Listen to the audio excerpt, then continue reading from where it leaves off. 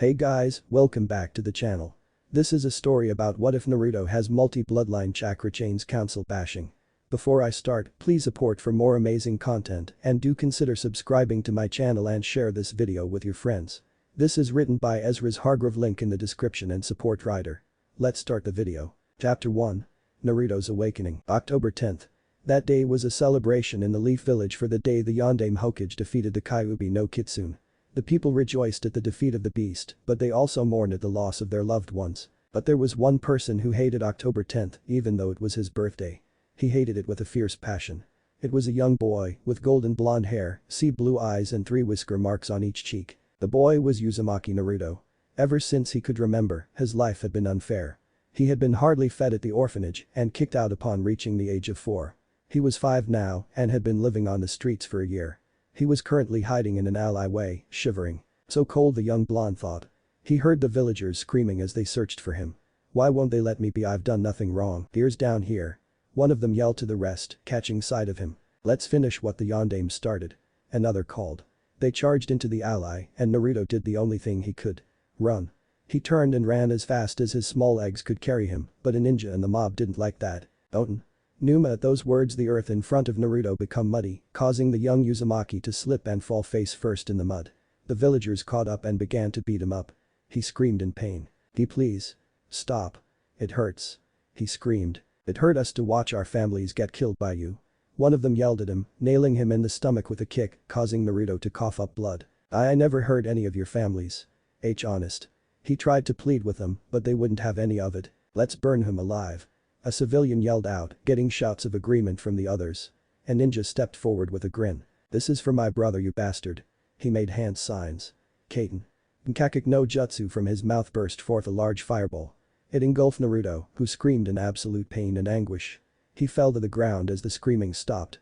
The crowd cheered for a few moments. Several Anbu in hiding came out of the shadows, surrounding Naruto, who was breathing shallowly. The one in the dog mask Inu glared at the mob. What do you fools think you are doing? You have assaulted a child for no reason, and you, Chunin, how dare you? We were just finishing off the demon. A civilian yelled, causing the rest of the mob to yell in agreement. Inu looked at them coldly. For breaking the law of the Sandaime, you are all hereby sentenced to death. He made hand signs as fast as lightning, and lightning crackled in his hand. Rakiri.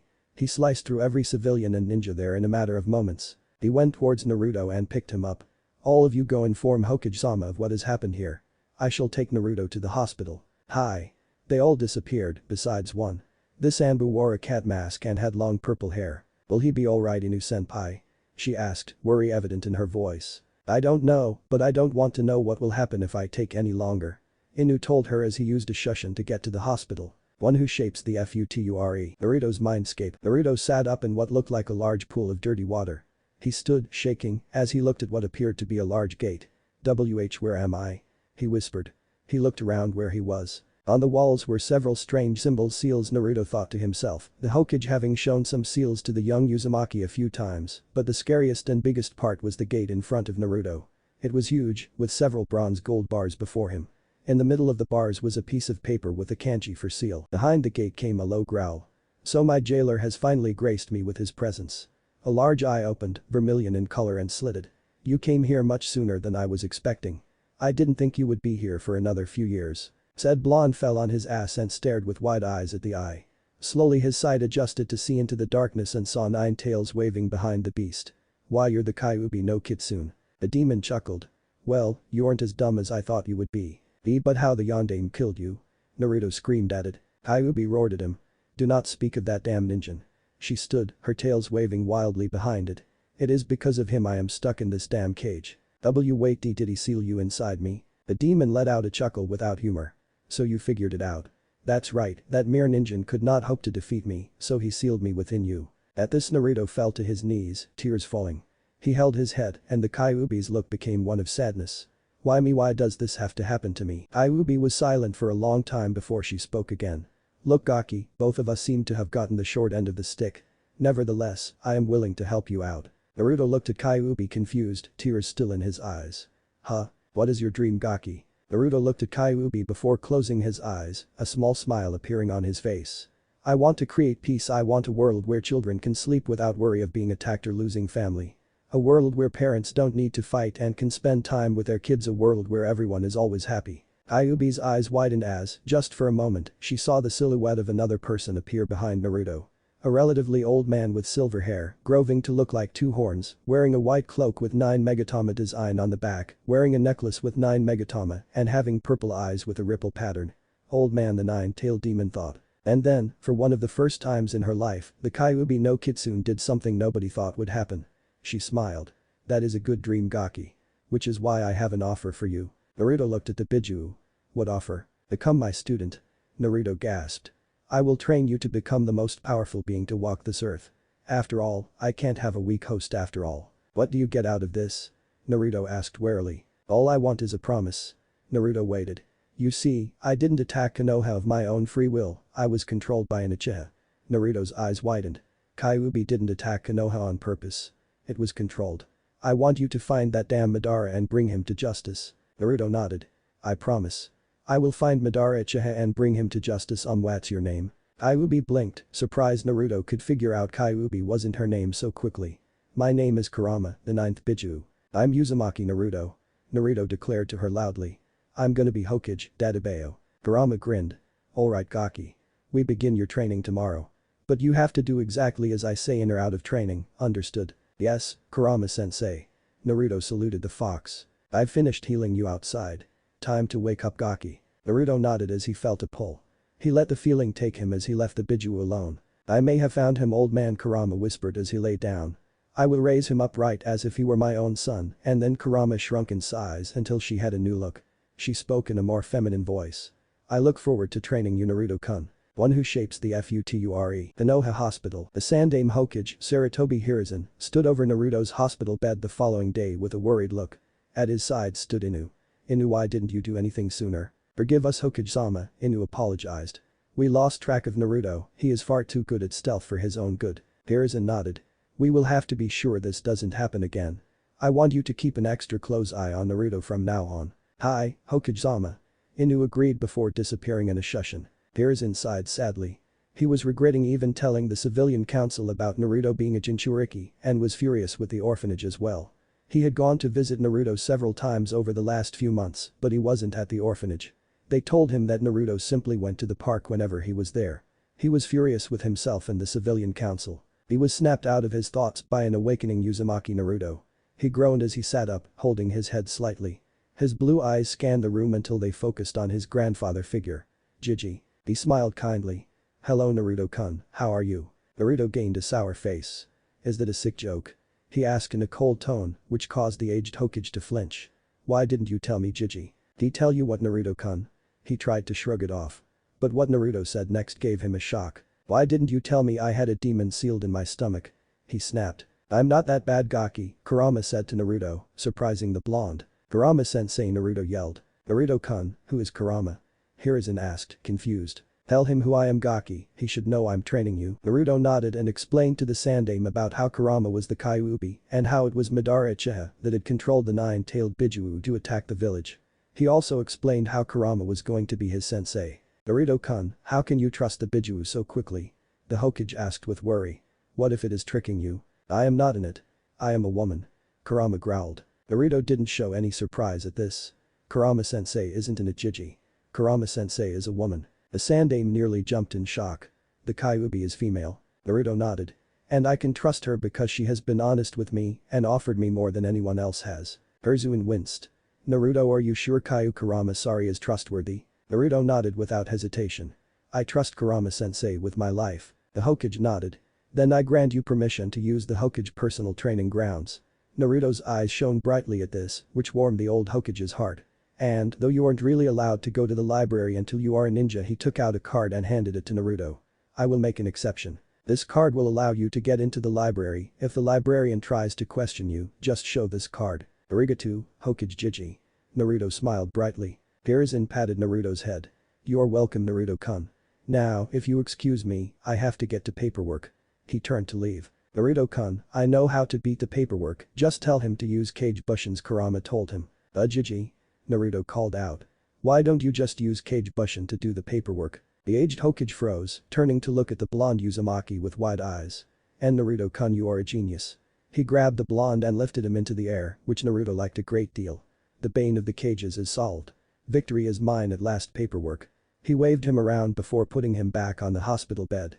He immediately made several clones to do the paperwork. I owe you one, Naruto-kun. Naruto nodded before Kurama told him to make up on that deal. In that case, Gigi, could you take me shopping? A lot of the stores kick me out, so I can't really buy anything. Hiruzen gained an angry look before nodding. Well then, Naruto-kun, show me these stores that have wronged you and let's see if we can change their minds on how they treat you. I think the old man and I will get along great, Kurama announced with a grin. The tone used sent a shiver down Naruto's spine as he and the Hokage left the hospital. One who shapes the future. The two walked through the village, all the villagers unable to give hateful glares or attack Naruto, while the age-old Hokage was there. Naruto grinned at the villagers' outrage, while Kurama broke out into giggle fits. What should we start with, Kurama-sensei? Naruto asked. Start with weapons and clothing. I'll use my chakra to modify the clothing so it grows with you, Kurama ordered. Naruto looked to the Hokage. Hey Gigi, can we start with my ninja supplies? Hiruzen nodded. Of course, Naruto-kun. He led Naruto to Higurashi Ninja Supplies as they walked in. The owner gave them both a kind smile. He was about 6 feet tall. He had chocolate brown hair and green eyes. He wore black pants, tradition ninja sandals and a white shirt. Welcome Hokage-sama, how can I help you today? He asked in a deep voice. It's not me you are helping today, it is this young boy. He patted Naruto on the back, who looked around nervously. Hello. My name is Uzumaki Naruto. And nice to meet you, sir. He stuttered, slightly afraid. This caused the man at the desk to clench his fists in anger, as well as the aged Hokage. To think that this boy was afraid of meeting new people was ridiculous. Hiruzen promised to send a lot of people to Ibiki. No need to be afraid of me, Naruto-kun, I do not hate you unlike the foolish civilians. You are always welcome in my shop. He said kindly. My name is Jin Higurashi. You may call me Jin. It's nice to meet you, Jin-san. Naruto said politely, a bit calmer. Take your time looking around, Naruto-kun, Jin told him, and Naruto nodded. What do I need, Kurama-sensei? Naruto asked the Vixen. 300 shuriken, 150 kunai, 100 explosive tags, Kurama told the blonde. If anything else catches your eye, let me know and I'll tell you if you can get it or not. Naruto nodded and began to look around the shop. He stopped upon seeing two objects side by side. The first was a pair of gauntlets. The rims were shimmering silver and the main body was bronze. On the underside of one was a short blade and the other had a slot area to fit a longer blade. A sword. The object beside the gauntlets was a 28-inch long, shimmering white-bladed katana. The hilt was pitch black and the guard was silver. Dangling from the hilt was a chain where all three colors combined form a heart, a third on the right white, a third in the middle silver, and a third on the right black. Naruto slowly walked towards them, mesmerized. Naruto. Kurama yelled. Get those. They will be perfect for the Kenjutsu and Taijutsu style I intend to teach you. Naruto nodded before touching the gauntlets. Immediately they shot out and latched onto Naruto's arms, surprising the blonde. Jijiji. Naruto called out surprised. The aged Hokage glanced at him. These gauntlets just latched onto me when I touched them. What's up with that? Jin's eyes widened and he looked. His breath caught in his throat. Those gauntlets. Huh? Naruto looked at Jin. Was I not supposed to touch them? Sorry. It's not that, Naruto-kun, Jin told him. It's just those gauntlets have never been used by anyone ever since we got them. They just bolted away when anyone tried to wear them. Naruto blinked. Oh well, I guess they like me. Naruto grabbed the sword and was surprised.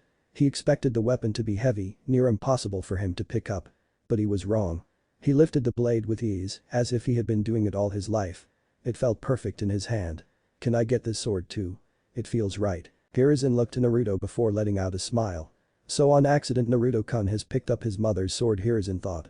Of course you can, Naruto-kun. The Kami no Shinobi told him. Naruto let out a small smile before grabbing some clothes and disappearing into one of the changing rooms. Jin looked at the old Hokage. He is full of surprises, isn't he? Hiruzen smiled. Naruto-kun will surpass us all and be one of the greatest shinobi we have ever seen, perhaps even a good Hokage once my time is done. Jin snorted. Don't say that, old man, you have plenty of time. Hiruzen smiled. You're too kind, Jin-kun. But Naruto-kun will be Hokage someday. I can see that very clearly. Then I'm in luck. Jin grinned. The possible future 5th Hokage is shopping here. Could be good for business. Hiruzen let out a laugh at that. The laughing ended, however, when Naruto came out the changing rooms, making Jin and Hiruzen gain wide eyes. Naruto looked incredibly good. He wore black Anbu-style pants and black ninja sandals. There were bandages on his right thigh connected to 2 kunai holster. Attached to the back of his pants was a shuriken pouch. He wore a chainless shirt covered by a blood-red t-shirt. Lifted up on his head, like a pair of sunglasses, was a mask that was clearly a kitsune. Attached to his arms were the gauntlets. He also wore a black glove on his right hand and bandages covered his left. In Hirazen's eyes, for just an instant, he saw a silhouette behind Naruto. It was a man with familiar spiky blonde-haired man with sky-blue eyes. He had a happy smile on his face, wearing a white cloak with red flames at the bottom. Minato was Hirazen's only thought. Even Kurama could not help but blush at the look Naruto had now. Despite only being 5, he looked so mature now. He would be a real lady killer in the future. "How do I look?" the blonde asked. Hirazen smiled. "Very good Naruto-kun, like a true ninja." Jin nodded in agreement. "Arigato." Naruto smiled. "Oh, and Gigi. Kurama-sensei said that she will be modifying the clothes so that they grow with me, so I don't have to keep buying new sets." The Hokage raised an eyebrow. "She can do that." Naruto nodded. "Who is Kurama?" Jin asked. "Naruto's new sensei," Sarutobi said loosely. Jin nodded in response. "Oh," Kurama said, grabbing her head. "Grab some chakra paper too. Don't forget some sealing paper and ink." Naruto nodded and grabbed it. "Gigi, I'm all ready." The Hokage looked surprised. "Kurama wants you to practice genjutsu." Naruto nodded. "Kurama-sensei says it will help me learn writing really quickly and also reading. Plus it can be really useful in battle if useful, at least that's what she says." Jin nodded. "Your sensei is very smart boy." Hirazen smiled. "Then we are ready to buy everything, Jin-kun." Jin nodded and looked over everything. "That will be 30,000 yen. 100 yen equals 1 English pound equals 1.71 US dollar. Sarutobi nodded before paying for everything. The two said goodbye to Jin before leaving the store. "What next, Naruto-kun?" Hirazen asked him. "Can you use chakra gaki?" Kurama asked him. Naruto frowned and motioned for the Sandaime to wait. "No, not yet." Kurama now frowned. "For the next part you need to be able to use chakra. Ask the old man to help." "Gigi," Naruto said. "Can you help me unlock my chakra? I need it for what Kurama-sensei has planned next." He nodded. "To my personal training grounds already it seems." He and Naruto began to walk through the village, ignoring all the hateful glares Naruto was receiving. "Oh, and Gaki, once you have unlocked your chakra I intend to give you a partner, like the Inuzuka's dogs," Kurama told him. "What do you mean?" Naruto asked. "I have the ability to create life, as the Rikido Sennin could before me. Well, I cannot do it to his extent," Kurama admitted. "I can only create other foxes. But I can give them certain powers and the ability to communicate with you." Naruto's eyes widened in surprise. "But if you're sealed in me, how will they get out?" "They won't be a part of the seal, so they will literally be able to leap out of you without any risk of damaging the seal." Naruto nodded, but an idea Kurama could not sense was slowly forming in his mind. "Here we are, Naruto-kun," Sarutobi said suddenly. "My personal training grounds." Naruto looked in awe. "Wow." Sarutobi smiled. "This is where my predecessors trained after becoming Hokage. Only they and those they trained with have seen this place." "Does that mean the Yondaime trained here also?" The old man nodded. "Yes. Minato too trained here. He used to train here with Jiraiya, one of the legendary Sannin, as I had given Jiraiya permission." "Do you know the Yondaime's signature jutsu?" Naruto nodded. "It is here, in this place, that the Hiraishin no Jutsu was born." Naruto looked in even more awe. "Ah no, Gigi was the Yondaime my dad." Sarutobi's eyes widened. How did you know?" "Well, for one, there aren't that many blonde people in Konoha that have blue eyes and blonde hair, besides those people that can look into your mind. The Yondaime was one and I'm another.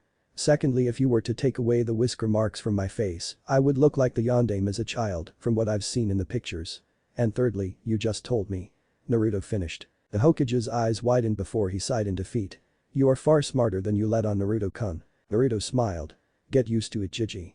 I intend to pretend to be dumb once I enter the academy, barely passing tests, so that I can surprise everyone when the time comes." Raizen looked confused. "Why would you do that?" "Gigi, from what I've read in books, what is a shinobi's best friend?" Deception. His eyes widened in surprise. "You devious boy, Naruto-kun." Naruto chuckled. "Ah no, did he leave anything for me?" Sarutobi nodded. "Yes, he left you some scrolls containing his original jutsu, ones he finished and those he did not. He hoped you would finish them in his stead, Naruto-kun." "Do these original jutsu include the Hiraishin?" Sarutobi nodded. "Hi. However, that too is incomplete." "It is?" Naruto blinked. "You will find out when you read his scrolls, Naruto-kun." The blonde nodded. "So how do I unlock my chakra, Gigi?" "Sit." Sarutobi told him and Naruto complied. "Now I want you to close your eyes, Naruto-kun." Naruto did as he said. "Now I want you to search for something, Naruto-kun. A ball of warmth in your stomach. It will be hard to find, but it is there. Tell me once you have found it." Naruto sat there in silence for 20 minutes, which Hirazen was worried about. For a moment he thought Naruto was one of the rare cases that couldn't use chakra at all. He was snapped out of his thoughts by Naruto.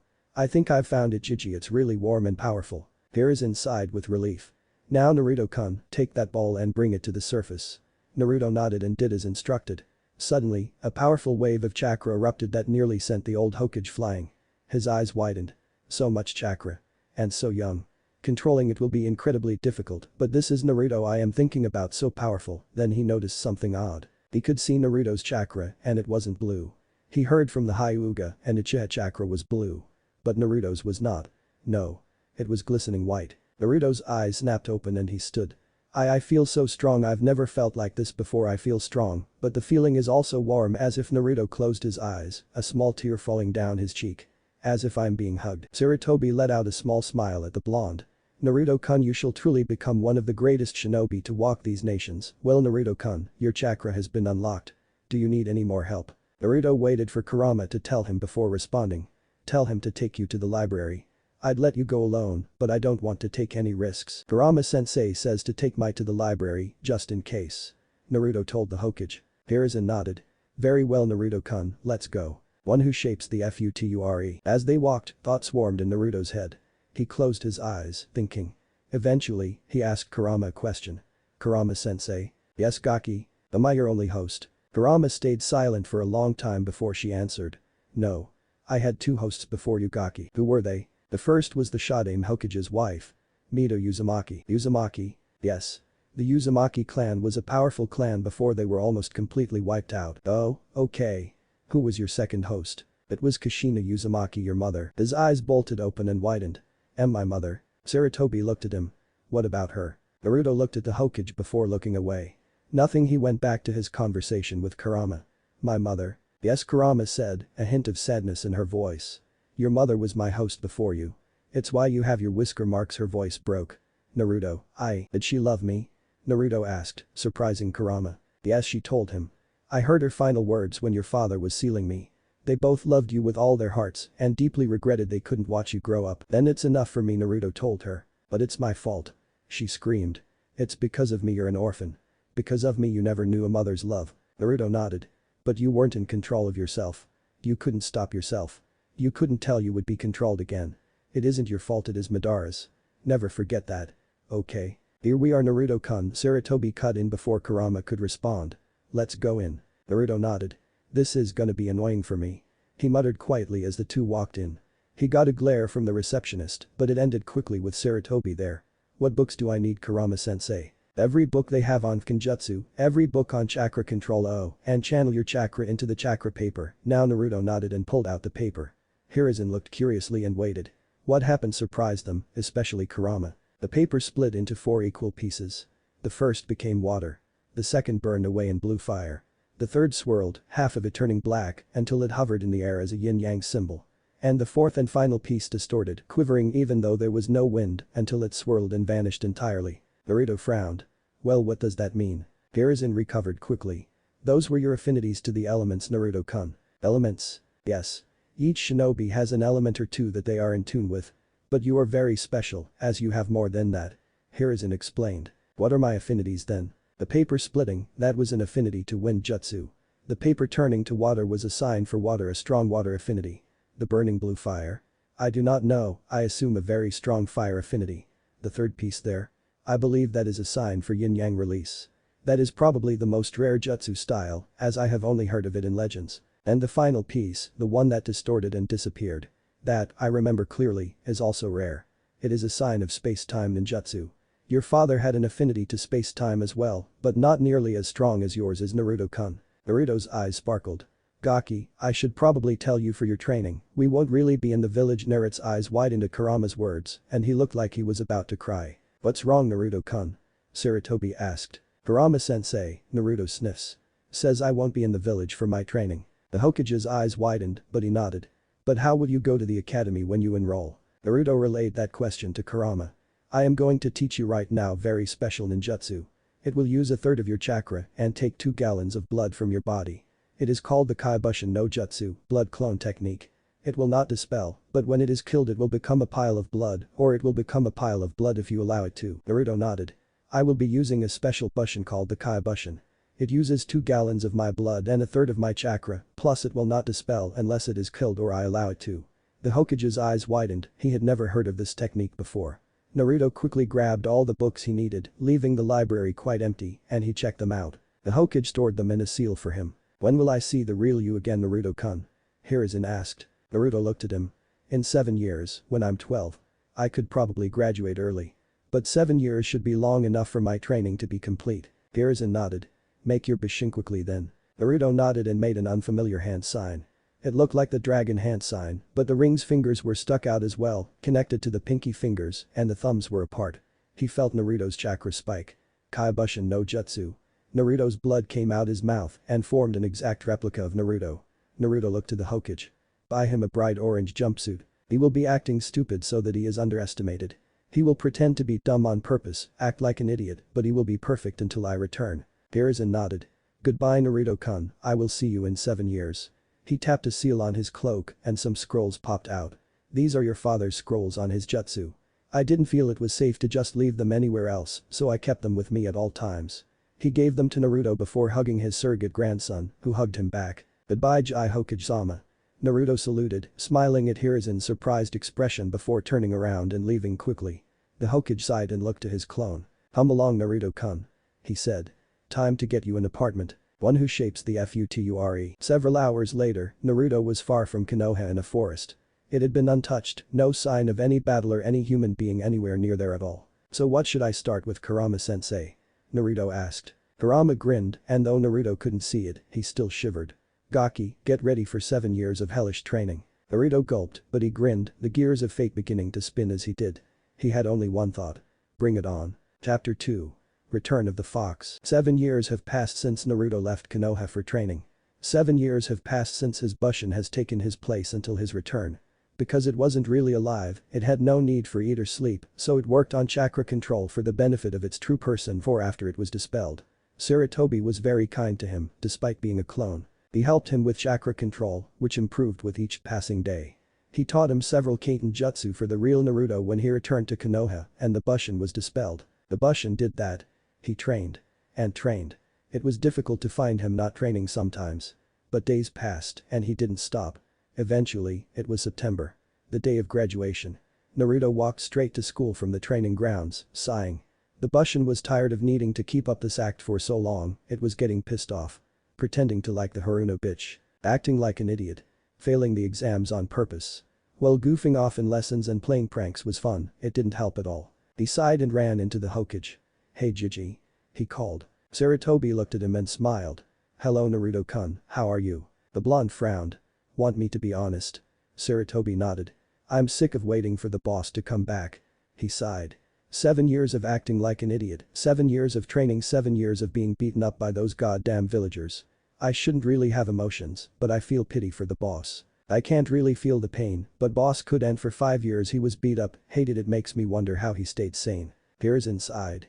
"Yes, it was one of my many regrets, telling the council Naruto was a Jinchuriki. It caused him so much pain." "He doesn't blame you, old man," Naruto told him. "He can't bring himself to hate any of these people, he loves them too much." Sarutobi beamed with pride. "He is a very strong person. He will be the greatest Hokage this village has ever seen. Even stronger than the Shadame." The Bushin nodded in agreement. "Yeah, well, I better get to the academy. Don't want Iruka-sensei to be disappointed in me for being late on the day of graduation." Hiruzen looked at him. "Doesn't the original return today?" He nodded. "God, I hope so. I do not want to be the one to take that goddamn exam." Hiruzen laughed. "Well, run along Naruto-kun." Naruto nodded and left for the academy. One who shapes the future. Meanwhile, on the streets of Konoha, someone walked on the streets. He wore black Anbu-style pants with black shinobi sandals. On his right thigh were bandages and a kunai holster. Attached to the back of his pants was a shuriken pouch. Both the holster and pouch were littered with seals on the inside. He wore a chain mesh shirt covered by a blood-red t-shirt. Over his t-shirt, he wore a silver hoodie, a seal on the sleeve. What couldn't be seen was a pair of eyes on the inside of the hoodie, red and slitted. Underneath the sleeves was a pair of gauntlets, bronze with silver rimming. Under one was a short blade, on the underside of the other was a seal. He also wore a pair of black and red gloves, each one with a slitted eye, green in color. Under the hood, though it couldn't be seen, was spiky blonde hair with red tips that reached to the person's shoulders, sky blue eyes, and 3 whisker marks on each cheek. He stood at 511, tall for his age. "Konoha, eh?" The person mused aloud, a strangely deep yet normal voice. "It's as friendly as ever." The voice snorted in his mind. These people won't change, partner, you know that, it told him. Hate to agree with him, a more feminine voice said in his mind. But I agree with the bastard, they won't change. The boy snorted. I know the Kurama-sensei. And cows, I know how right you are, but we all gotta live with it, don't we? The voice now called cows chuckled. You won't ever change, eh Naruto? The familiar foxy grin appeared on his face. Damn fucking straight. Now where was I headed again? Kurama smirked. The blonde had become a great companion over the years. Hell, she considered him her very first friend, and a great friend at that. Ever since she had made cows, Naruto had been very happy, and though she pushed him, he was very determined and mastered everything she taught him, which surprised even her. We were headed to the academy Gaki for your grand entrance, Kurama reminded him. Naruto smirked. Yes, that. Well, let's not keep them waiting, eh? All three grinned as Naruto walked towards the academy. One who shapes the future. Naruto arrived at the academy a full 2 hours early, so nobody was there. He shrugged at this and simply sat in his usual seat between the pink-haired banshee and the emo Uchiha. He sighed and rested his head on the table, covering his head with his arms so as to not get the light in his eyes. He vaguely wondered what he would have to do when the test of the original didn't arrive in time. The thought terrified him to his core. He hummed quietly, calming the chakra flow and letting it rise before calming it again. It was a chakra control exercise he had learned, which worked wonders for him as it helped him keep calm. He knew the original would find this useful when stupid people pissed him off. He concentrated chakra into his ears and blocked off his hearing so he would be able to keep peaceful. Before he had noticed it, he felt the vibrations of people walking into the room through the table. He raised his head and looked at the clock. Had 2 hours passed already? That was much faster than he thought. He sighed and unlocked his hearing. He immediately regretted it upon hearing a certain pink-haired banshee screech in annoyance at a blonde girl.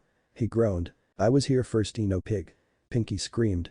I get to sit next to Sasuke-kun. No way, billboard brow. Eno yelled back. I get to sit next to Sasuke-kun. Kami, kill me now. Naruto murmured. This went unnoticed by everyone though, as usual. The blonde sighed and got out his seat, moving up to sit at the corner in the back. Nobody looked at him, except for one girl on the other side of Sasuke. She wore the same shirt as the male Uchiha, a blue shirt with the Uchiha logo on the back. She also wore shorts that reached below her knees. Attached to her left thigh was a kunai holster. She looked at the blonde Uzumaki in an odd way, but nobody noticed that. Eventually, Iruka walked into the classroom. Alright everyone, settle down. Whenever he kept talking he got a tick mark. He put chakra into his vocal cords to enhance his voice. Everyone shut up right now. At that everyone stopped talking and sat. Iruka nodded and spoke normally. As you all know, today is the graduation test for you to become shinobi, Genin to be exact, which you should all be proud of. Every was excited, except for one blonde Uzumaki. But it isn't fun and games. Iruka said in a serious tone. You dedicate your life to this and you serve under the Hokage with your life, nothing less. I wish you all the best of luck in the Ixa. Before Iruka could finish, a voice boomed in the room. Finally. Everyone looked around. What the one person said, which summed up everyone's thoughts except for one blonde in the classroom. He's here. Naruto thought excitedly. Finally. The voice repeated but sounded closer than before. Everyone looked around, trying to find the source of the voice. A smoke cloud appeared in the middle of the classroom, which everyone looked at. When the smoke cleared, they saw a blonde-haired person with sky-blue eyes and 3 whisker marks on each cheek. They all caught their breath. He looked towards the ceiling. Finally. Naruto has come back to Konohaya. He yelled in absolute delight. Everyone except the Naruto in his seat looked at him in shock. God damn, I've been waiting 7 years to say that. One person stood, a brown-haired boy with red marks on his cheeks. He wore brown shorts, blue sandals, and a gray hoodie. He had a dog sitting on his head. He pointed at Naruto. You can't be the loser. He yelled out. He's sitting right there. He pointed at the other Naruto in the room. And Naruto got up and walked towards the other blonde. Took you long enough, boss. Everyone was shocked at that. Ariel let out a feral grin. Thought I wasn't gonna make it. That's exactly what I thought, his eyes narrowed. But can you dispel me now? 7 years of this hell was enough. Naruto barked with laughter before making the ram hand seal. Kai. The Bushin, the Naruto that everyone had known for 7 years, smiled before becoming a pool of blood. Naruto looked towards them, lowering his hood to reveal his face. Several girls blushed. Allow me to introduce myself properly. My name is Uzumaki Naruto, of the Uzumaki clan. The Naruto you have known until now was nothing more than a clone I made while I trained outside the village. He looked towards Iruka. Forgive me for interrupting your class, Iruka-sensei, I will go sit now. With his piece said, Naruto walked up the aisle before sitting in the chair his clone was sat in, smirking. Iruka cleared his throat before people could start speaking. Well then, best of luck to all of you in your exams. We begin with a written test. Mizuki. The silver-haired Chunin nodded before placing a piece of paper on everyone's desks, but gave a scowl at Naruto as he placed the paper on his. The blonde looked over it and frowned. Jinjutsu, what a fool. Naruto made the ram hand sign. Kai. With that, the Jinjutsu on his paper disappeared. He smirked and filled in all of the questions correctly without a single problem. But the silver-haired Chunin Mizuki didn't notice and thought the blonde had failed. Placing a Jinjutsu, what a fool, Naruto stated mentally. What a dumbus, cows agreed. Who wouldn't notice that? All those questions were why to hard. Well, based on the Bushin's memories, a certain pink-haired banshee comes to mind, Kurama threw in. Naruto smirked. Yes, that pink-haired bitch certainly wouldn't notice the Jinjutsu. Naruto continued the conversation with his tenant and his hoodie until the test was over. Mizuki greedily collected Naruto's paper, fully expecting to see wrong answers when they reviewed it. Alright, now with the written test over, it's time for the kunai and shuriken throwing. Haruka told them. Everyone got up and followed him. They arrived at the academy training field. In this test, you must throw your kunai and shuriken at the target. You throw 10 kunai and shuriken. Shuriken must be thrown at the same time, but kunai may be separately thrown. Now, let's start with Amiyazura. And so Naruto waited for his turn. Unfortunately, they were going in order of their last names, so he was stuck until the end. He wasn't really paying attention, nobody did that good. It wasn't until he heard a name that he actually started watching. Sasuke Uchiha, Haruka called out. Naruto turned to watch this. He wanted to see how the two famed last Uchiha did at this. He chuckled without humor. Sasuke stood up and took the shuriken first. He watched the target for several seconds before throwing all the shuriken. Each one landed on the target and the amount on the bullseye. Sasuke Uchiha shuriken throwing, 8 tenths. Haruka declared. Very impressive. All his fangirls cheered and Sasuke smirked. Naruto noticed out the corner of his eye that his sister also let out a smirk. Uchiha pride, Naruto thought. It will get them killed. Kurama and cows both agreed with him on that one. Next up, kunai.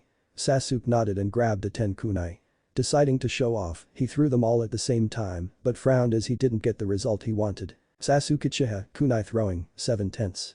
Haruka said. Still impressive. HN was all the Uchiha said before going to stand with his sister, who gave him a pat on the back for a job well done. Sayuko Uchiha. Haruka called and the girl grinned before stepping forward. She grabbed the kunai and threw them all at the same time, getting a far better result than her twin. She smirked at the result she got, fitting for an Uchiha heiress. Sayuko Uchiha, 9 tenths on kunai throwing. Haruka nodded. Very good. What would you expect of the Uchiha heiress? She grinned, causing a lot of the boys to cheer for her. Naruto rubbed his temple. Kurama, I see why you hate Uchihas so much. What arrogant heads. Told you, Gaki, the Uchiha are nothing but arrogant bastards, Kurama confirmed. Sayuko got 7 tenths on shuriken throwing, which was just a bit worse than Sasuke, so the two were roughly tied with each other. Finally, once Sayuko had returned to her brother, the final name was called out. Naruto Uzumaki.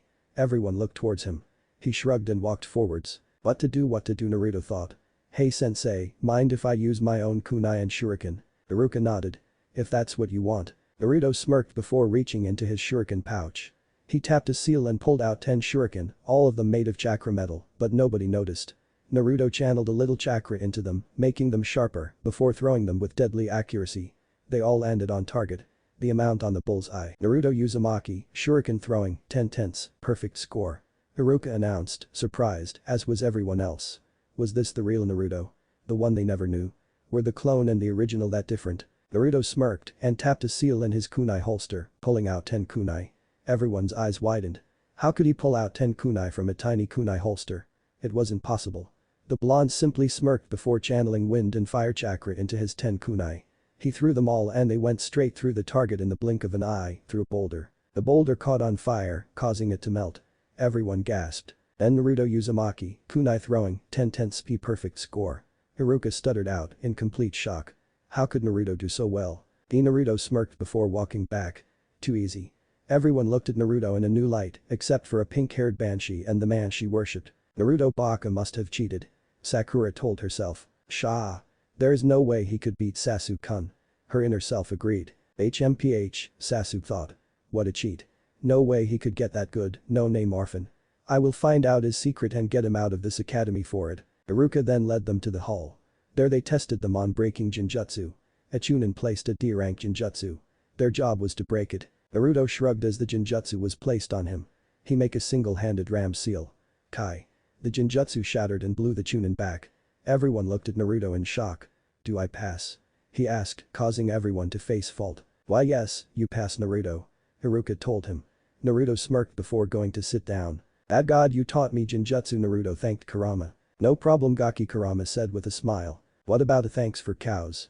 The hoodie asked. I helped you with your Genjutsu too. Naruto chuckled.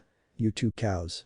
I don't know what I'd do without you. Aw, stop, you're making me blush. Can hoodies blush? Cows didn't speak but was seriously considering the question. Well, let's think of this logically. I'm a talking silver fox created from a 9-tailed demon queen living inside your stomach and can turn into a hoodie at will, as well as use most of the queen's jutsu. So, I guess it's also possible for me to blush as a hoodie. Sounds legit, Naruto agreed. The Genjutsu test, much to Naruto's joy, finally ended. They walked back outside where a training field had been prepared. Right, now you will each spar against Mizuki. Your goal is to last 60 seconds. And so Naruto, once again, was forced to wait. He was starting to consider taking on his father's last name so he wouldn't have to wait as long. But then he frowned and shook his head. No, he would honor his mother, the previous Jinchuriki for Kurama, by keeping her last name, and maybe just maybe. Whoa, don't get ahead of yourself, Blondie, Naruto told himself. I need to become a shinobi first. But Gaki, Kurama said. Concentrate on the present right now, we can think about the future at a later time, right now this is more important. Naruto nodded and waited his turn. Though he hated his guts, he was impressed with the two Uchiha. Sasuke and Sayuko were both able to last 52 seconds against Mizuki. Naruto chuckled and hoped he wouldn't hurt Mizuki too bad. Not, he grinned. Uzumaki, Naruto, Haruka called out and Naruto stepped into the ring. Ready? They both nodded. On begin. The second he said begin, Mizuki charged at Naruto, hoping to accidentally break his leg and end his shinobi dream. But nobody expected what Naruto would do. Naruto appeared in front of Mizuki in the blink of an eye, known in jutsu, pure speed. He nailed Mizuki in the jaw with a right hook, sending him flying to the blonde's left. He then dashed and slammed Mizuki's skull into the ground with a powerful foot stomp. Mizuki was no longer conscious. Everyone, especially a certain Hyuki heiress and Uchiha heiress, stared at Naruto in shock. After a while, Naruto said. A minute has passed. I've managed against a Chunin for a minute. I passed this test. Haruka blinked before nodding.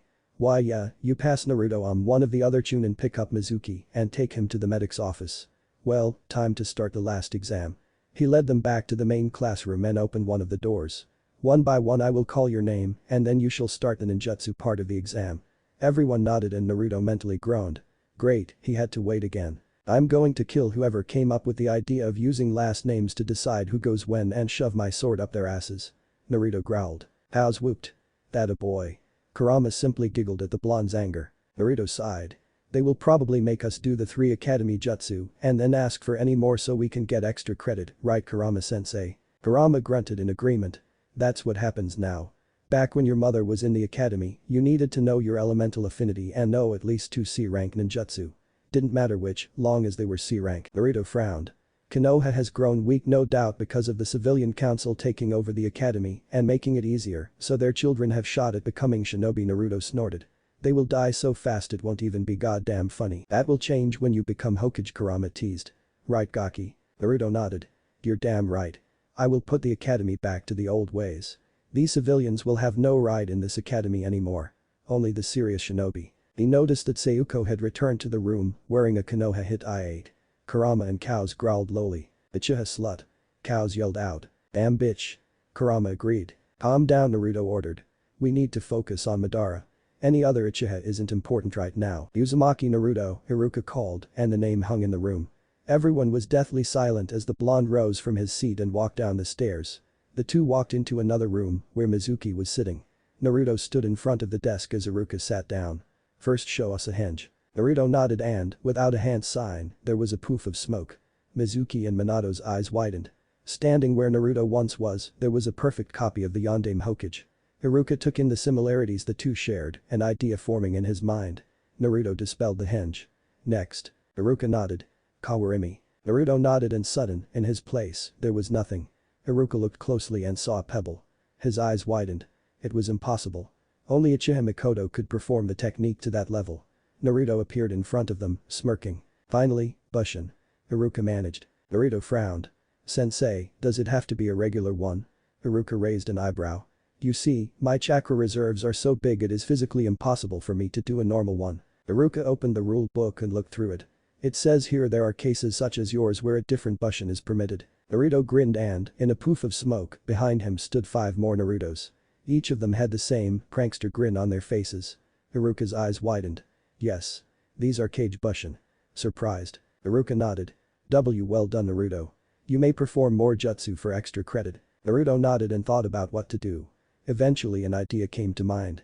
He made a hand sign then held his hand towards the door. Fton. Kami Arashi.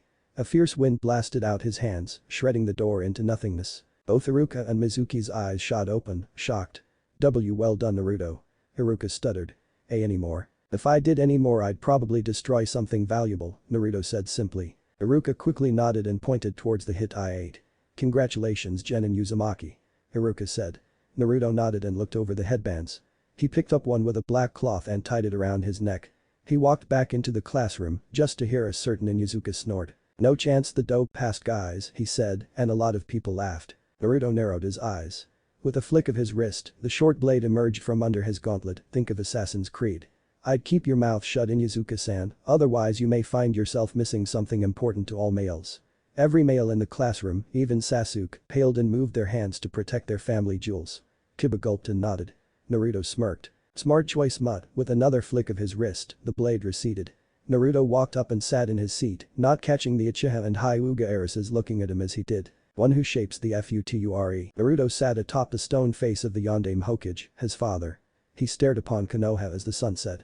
Beautiful, he whispered. It was the perfect word to describe it. The village was beautiful at this time. It was only during the sunset that he felt fully at peace. He always felt as if he could die this peacefully. Aki, stop those thoughts now, Kurama ordered. Naruto blinked. Sorry Kurama-sensei, but you know what I mean don't you? Kurama sighed, nodding. Yeah, I know what you mean. Oh for Kami-sama, stop if you. Cow snapped. You act like an old married couple. Jealous? Kurama asked innocently. Can hoodies be jealous? Naruto asked. Kurama frowned, contemplating the question. Fuck you Gaki. Naruto burst out laughing at that. Got you there Kurama-sensei. Kurama nodded. Gaki, it's time for you to try that technique one last time, just to be sure you've mastered it. Naruto nodded, this would be the last step to his training. If he could do this, then he would be very difficult to defeat and would put himself in the rank of an A rank, bordering S rank shinobi. He brought his hands together in a praying gesture and chakra channeled within him. He whispered, Onmum. Banbutsu SMZM. Slowly, in his hands, something began to form. It was slow, but it was defiantly happening. After a minute or so, he pulled his hands apart to reveal a regular-sized crow sitting in his hand. It cawed, and Naruto smiled. I did it, I mastered the Banbutsu SMZM. The caw flew up and nestled itself on Naruto's head. I guess it likes me, I did create him after all. Kurama and Cow snorted together. I'll call him Leo, Naruto decided. Leo cawed in approval at his new name. Keep using this technique regularly, making bigger things, Kurama told him. The faster you can do this, the better. Naruto nodded. Hi, Kurama-sensei. Suddenly Naruto felt very strong negative emotions as the sun set. He could feel the hatred and evil in the air. That's coming from Jiji's tower, I see, I'd know this anger anywhere, Mizuki. Naruto's eyes flared and he vanished in a white flash. One who shapes the Future. Mizuki was running through the forest, the forbidden scroll on his back, along with 2 very large shuriken. He was grinning to himself like a madman. Once I deliver these to Orochimaru-sama, he will give me all the power I need. And finally, I will be one of the strongest beings alive. He laughed like a maniac. He looked back and his eyes widened as he quickly dodged a fireball. He landed on the ground as he looked at his attacker. Haruka. The Chunin looked at Mizuki dangerously. Why Mizuki? Why would you do this? Mizuki laughed, a laugh of pure evil. Because this village is pathetic. Weak. Once I deliver this scroll to Orochimaru-sama, he will make me one of the strongest people to walk the elemental nations. Mizuki cackled madly. Haruka quickly ran through hand seals, but wasn't able to finish because of Mizuki. While Haruka ran through the hand seals, he quickly unstrapped one of the shuriken from his back and threw it at Haruka. Haruka barely had time to kawarimi with a log. But he didn't see the second shuriken following the other shadow and got struck in the back for his troubles. He coughed up blood and fell down. He tried to stand without success. He coughed up more blood. Oh Haruka, Mizuki laughed. You poor fool. You could never match me. And it will be your downfall. He ran through hand seals as fast as he could. Goodbye Haruka. Kaiten. Bunkakek no Jutsu. He shot the biggest fireball he could manage at Haruka, who just closed his eyes and waited for death. And waited. Haruka opened his eyes. Why hadn't any pain come? He looked up. In front of him stood a boy who couldn't be more than 13, with blood-red hair, a silver hoodie, black style Anbu pants. But the boy also wore a kitsune mask, which was interesting since after the Kyuubi attack, nobody seemed to like foxes much. Iruka's first thought was it being Naruto, but Naruto's hair was blonde with red tips, not red. Mizuki, the boy said, shaking his head, but it sounded demonic. My, how the mighty have fallen. Jabroni, you got some guts though. Stealing the Yondame's sacred scroll of sealing. I'll admit you have some balls, but your life ends here today. Mizuki narrowed his eyes. And just who are you? The boy smirked and looked into Mizuki's eyes, causing the latter to take a sharp breath.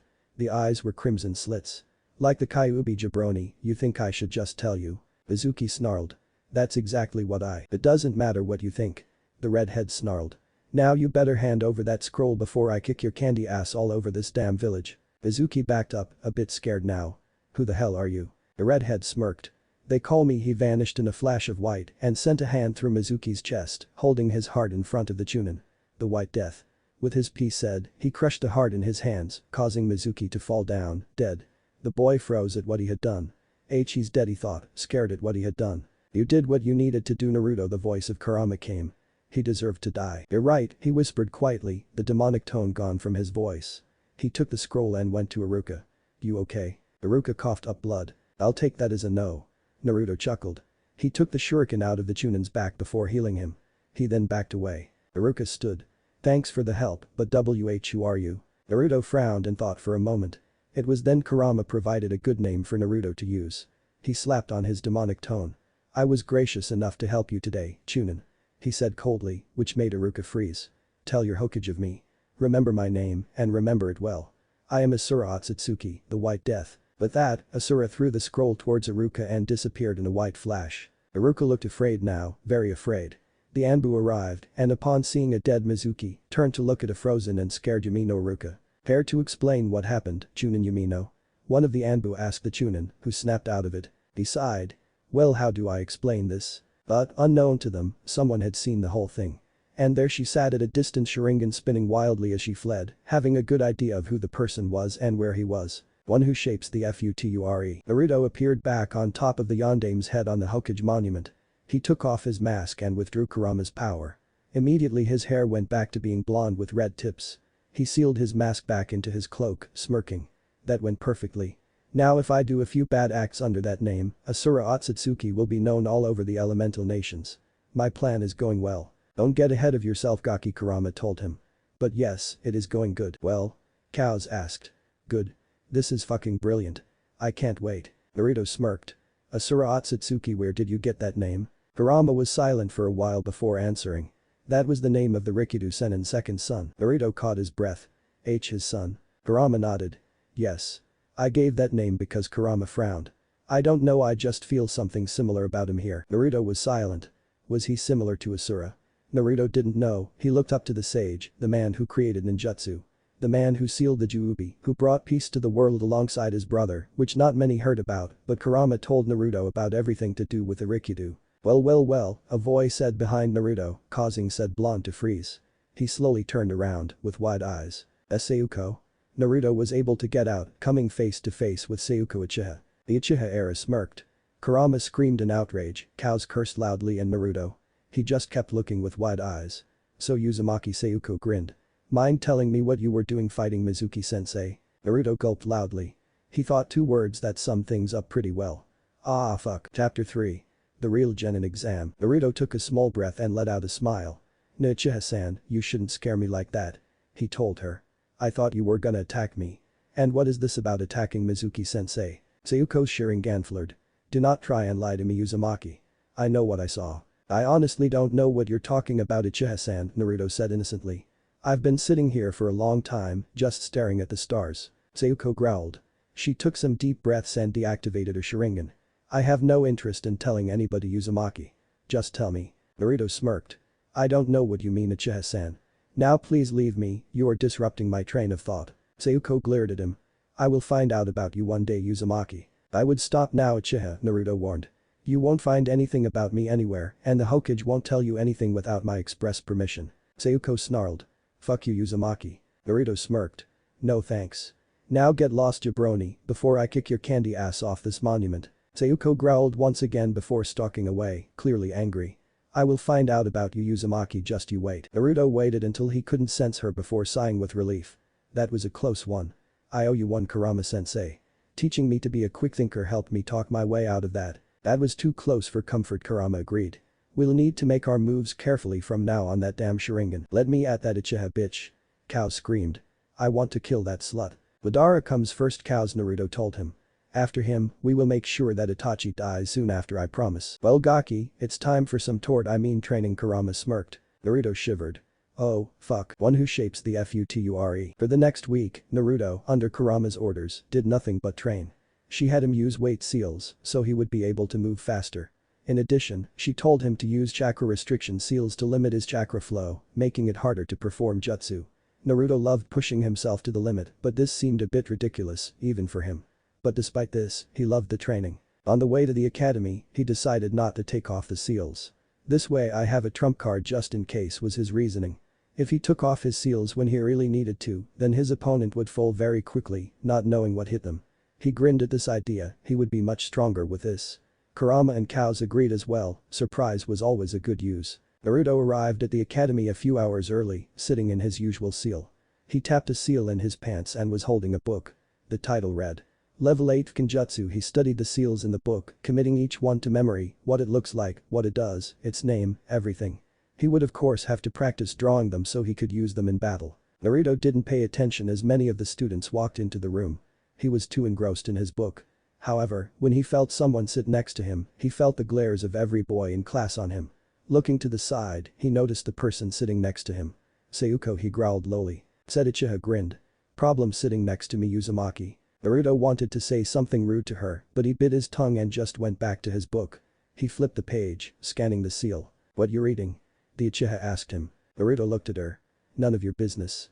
He said coldly. He had no love for the Uchiha, they were the ones that beat him up most as a child, they even beat up his clones. He was incredibly happy to find out Itachi had killed them all. He looked back to his book, ignoring everyone around him. It wasn't until Iruka walked into the room that he closed his book and paid attention. Iruka smiled. I'm glad to see everyone from the academy here and well rested. Iruka-sensei, one called out. Where is Mizuki-sensei? Iruka's frown faltered. I won't lie to you. He told them. Mizuki was a traitor. Everyone, except Naruto and Sayuko, gasped. He stole the sacred scroll of sealing from the Hokage tower and planned to take it to the S-rank missing nin, Orochimaru of the Sannin. Naruto stared on, impassive and uncaring. But let's not dwell on that. Iruka put on a smile. You are all genin of Konohagakure no Sado. You are the new generation of shinobi, and I expect you all to do us proud, make name for yourselves, and defend the village to the best of your abilities. Everyone cheered. Now, because you are just genin, we will be putting you in teams, along with a Jounin sensei to help you on the way to becoming true shinobi. Now, team 1 is. Naruto blanked out, not really paying attention. He would listen when his name was called. He just kept reading his book, studying a very powerful Kaiten sealing technique. It wasn't for another few minutes that he heard his name. Uzumaki Naruto. Naruto's head rose to look at Iruka. Haruno Sakura. Sakura groaned in annoyance.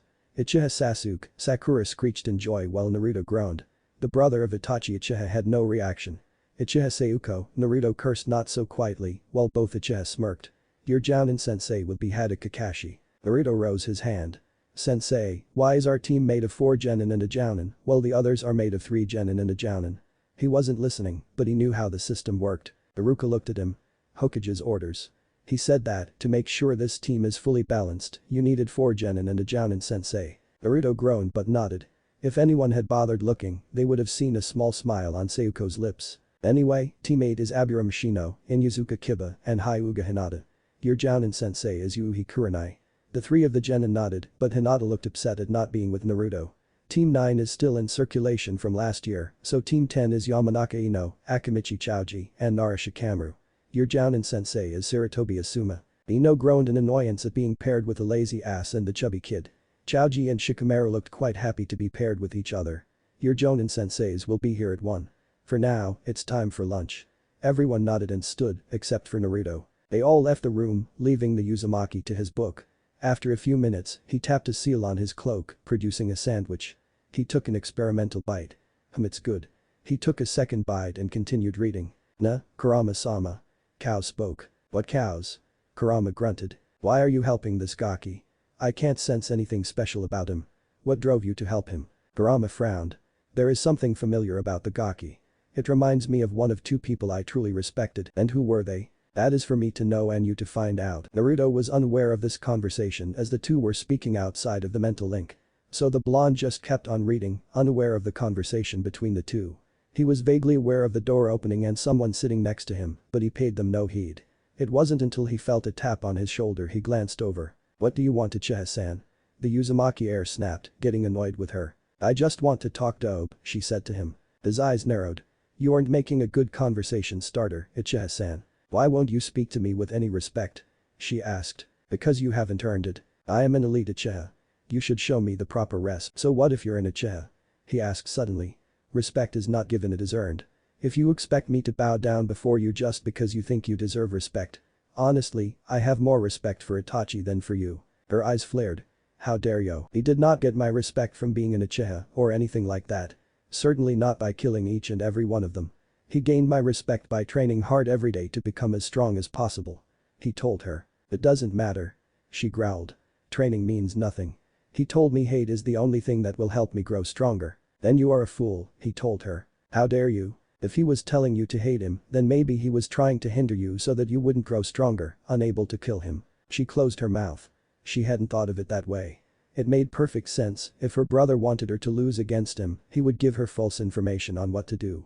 So that she would grow weak and unable to kill him. It made perfect sense now. Maybe I should train more, she thought. Consider my words, Uchiha-san. With that, he used chakra to block off his ears so he couldn't hear her. She didn't even make an attempt to speak to him again. She was considering his words and simply let him study his book. He ran his fingers over the seal.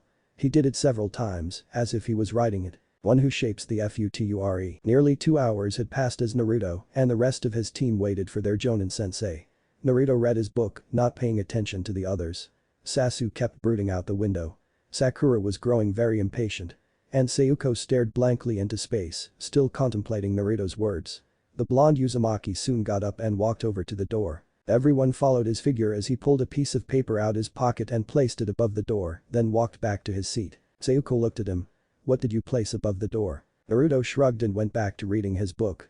Sayuko could tell there was something about that piece of paper that definitely wasn't normal. There was a huge difference between the Naruto she knew, the dope, the loser, the class clown, and this Naruto, the star, the rookie of the year, the powerhouse. He seemed more mature, smarter, dangerous. And she liked it. She was snapped out of her thoughts by the door opening. A silver-haired man popped his head through the door. He wore the Konoha Hittite, it was covering his left eye. A mask covered the lower half of his face. As his head popped through the door, the piece of paper above the door shone with a peculiar pattern, and from it, water erupted and fell on the man, whose visible eye widened, and he jumped up, shivering. Naruto chuckled lightly to himself, he couldn't help it. He flipped to the next page of his book, keeping an eye on the silver-haired Jonin. The Jonin looked at the blonde Uzumaki. My first impression of you is I hate you, especially you, blondie. Naruto laughed loudly. Meet me on the roof in 2 minutes. With that, the Cyclops disappeared in a Konoha Shushin. Naruto, too lazy to get up, disappeared in a Shushin, made of blue fire. The 3 remaining genin looked at where the blonde had been seated with wide eyes, before leaving the classroom. By the time the 3 got up there, they saw the Jinchuriki and the silver-haired Jonin engaging in a staring contest. They all sweat dropped and went to sit. The Jonin tore his gaze from Naruto. Alright, time for you to introduce yourselves. Your name, likes, dislikes, hobbies and goals. Why don't you go first, sensei? Sakura asked. So we can get an example. Naruto's sweat dropped. This was the second smartest genin in our year. The Jonin shrugged. My name is Hada Kakashi. My likes don't really hate anything. I have a lot of hobbies. My goal. The Uchiha twins and Sakura sweat dropped. All we learned was his name. Alright Pinky, you can go first. Sakura glared at the nickname. My name is Haruno Sakura. My likes are. She looked at Sasuke and squealed. My hobbies. She squealed again. My dream. She blushed red, looking at Sasuke. I hate Naruto, Baka and Ino Pig. Naruto held his ears and muttered under his breath, fucking banshee. But lord, I think I am deaf. Cows complained. You next, Emo, Kakashi said to Sasuke. He glared as well before speaking. My name is Uchiha Sasuke. I hate a lot of things and I don't particularly like anything. My hobbies are none of your concern. What I have is not a dream, it is an ambition. I am going to restore my clan and kill a certain someone. Kakashi looked at him. As I thought. Sakura blushed. Sasuke is so hot, I died a little writing that QQ. Sayuko shook her head, thinking about Naruto's words. Is it really worth it to kill Itachi now? Naruto glanced at the Avenger. Itachi would kill him 5 times before a second was over. Alright, your turn princess, Kakashi pointed to Sayuko. She liked the nickname, having no complaints. My name is Uchiha Sayuko. My likes I guess my brother may be a certain someone, she blushed lightly, which caught Sasuke's attention. I'll have to test this guy was her twin's thought. My dislike somebody in Suiton ninjutsu. My hobbies reading planning to add something else to the list.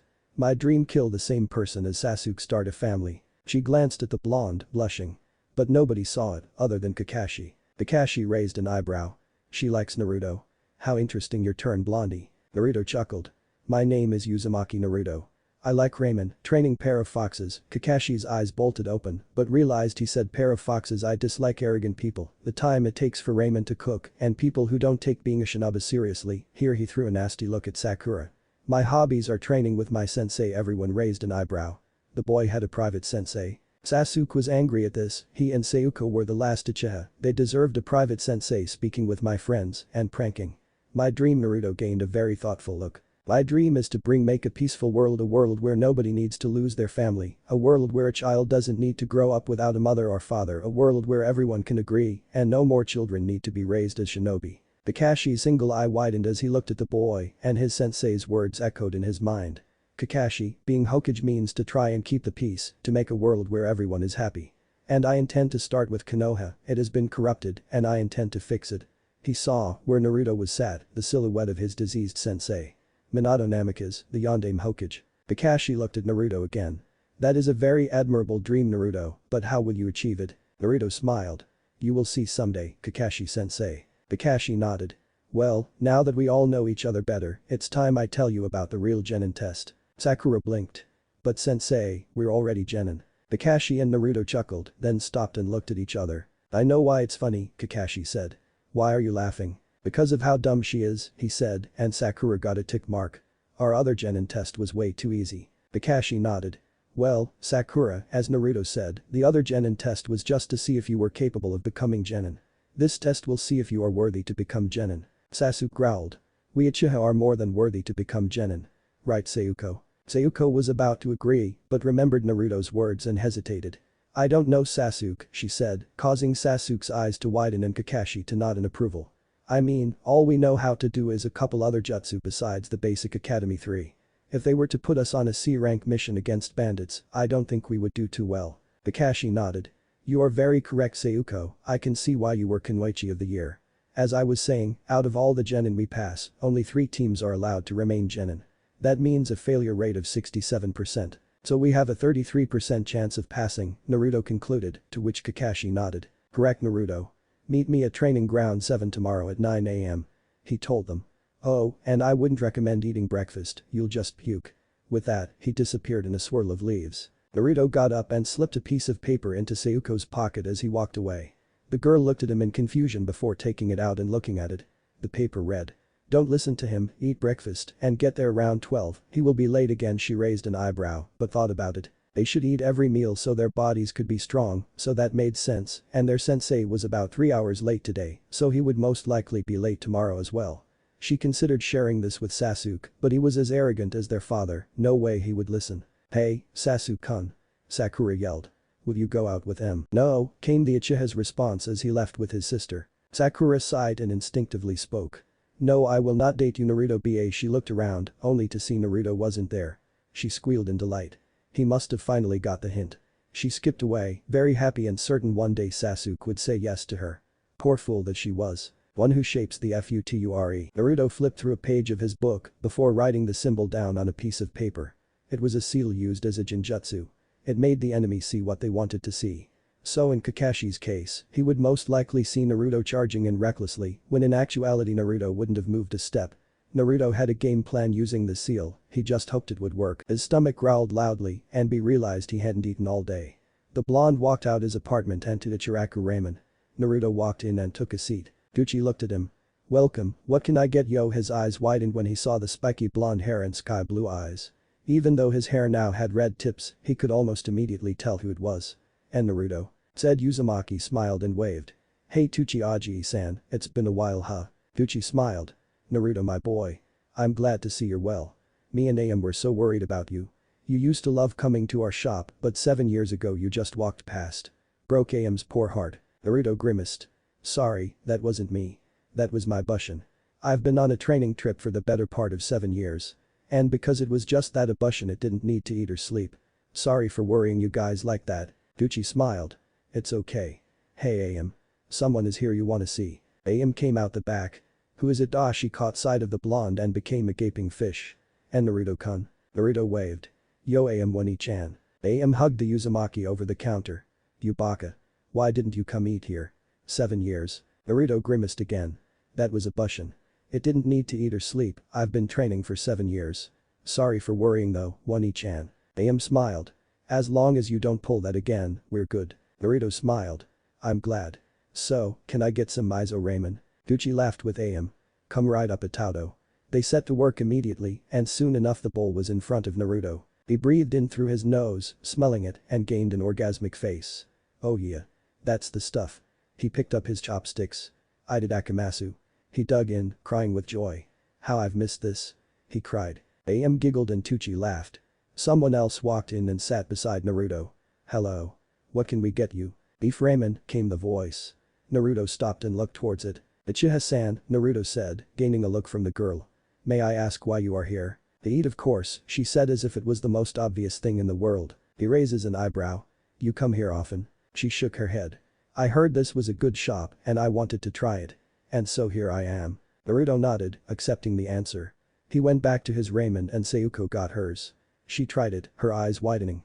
Good isn't it? The blonde asked cheekily. This is amazing. She called out. How have I not been here before? Well guess you were delayed, with the civilian council licking your and all, he chuckled. She glared at him.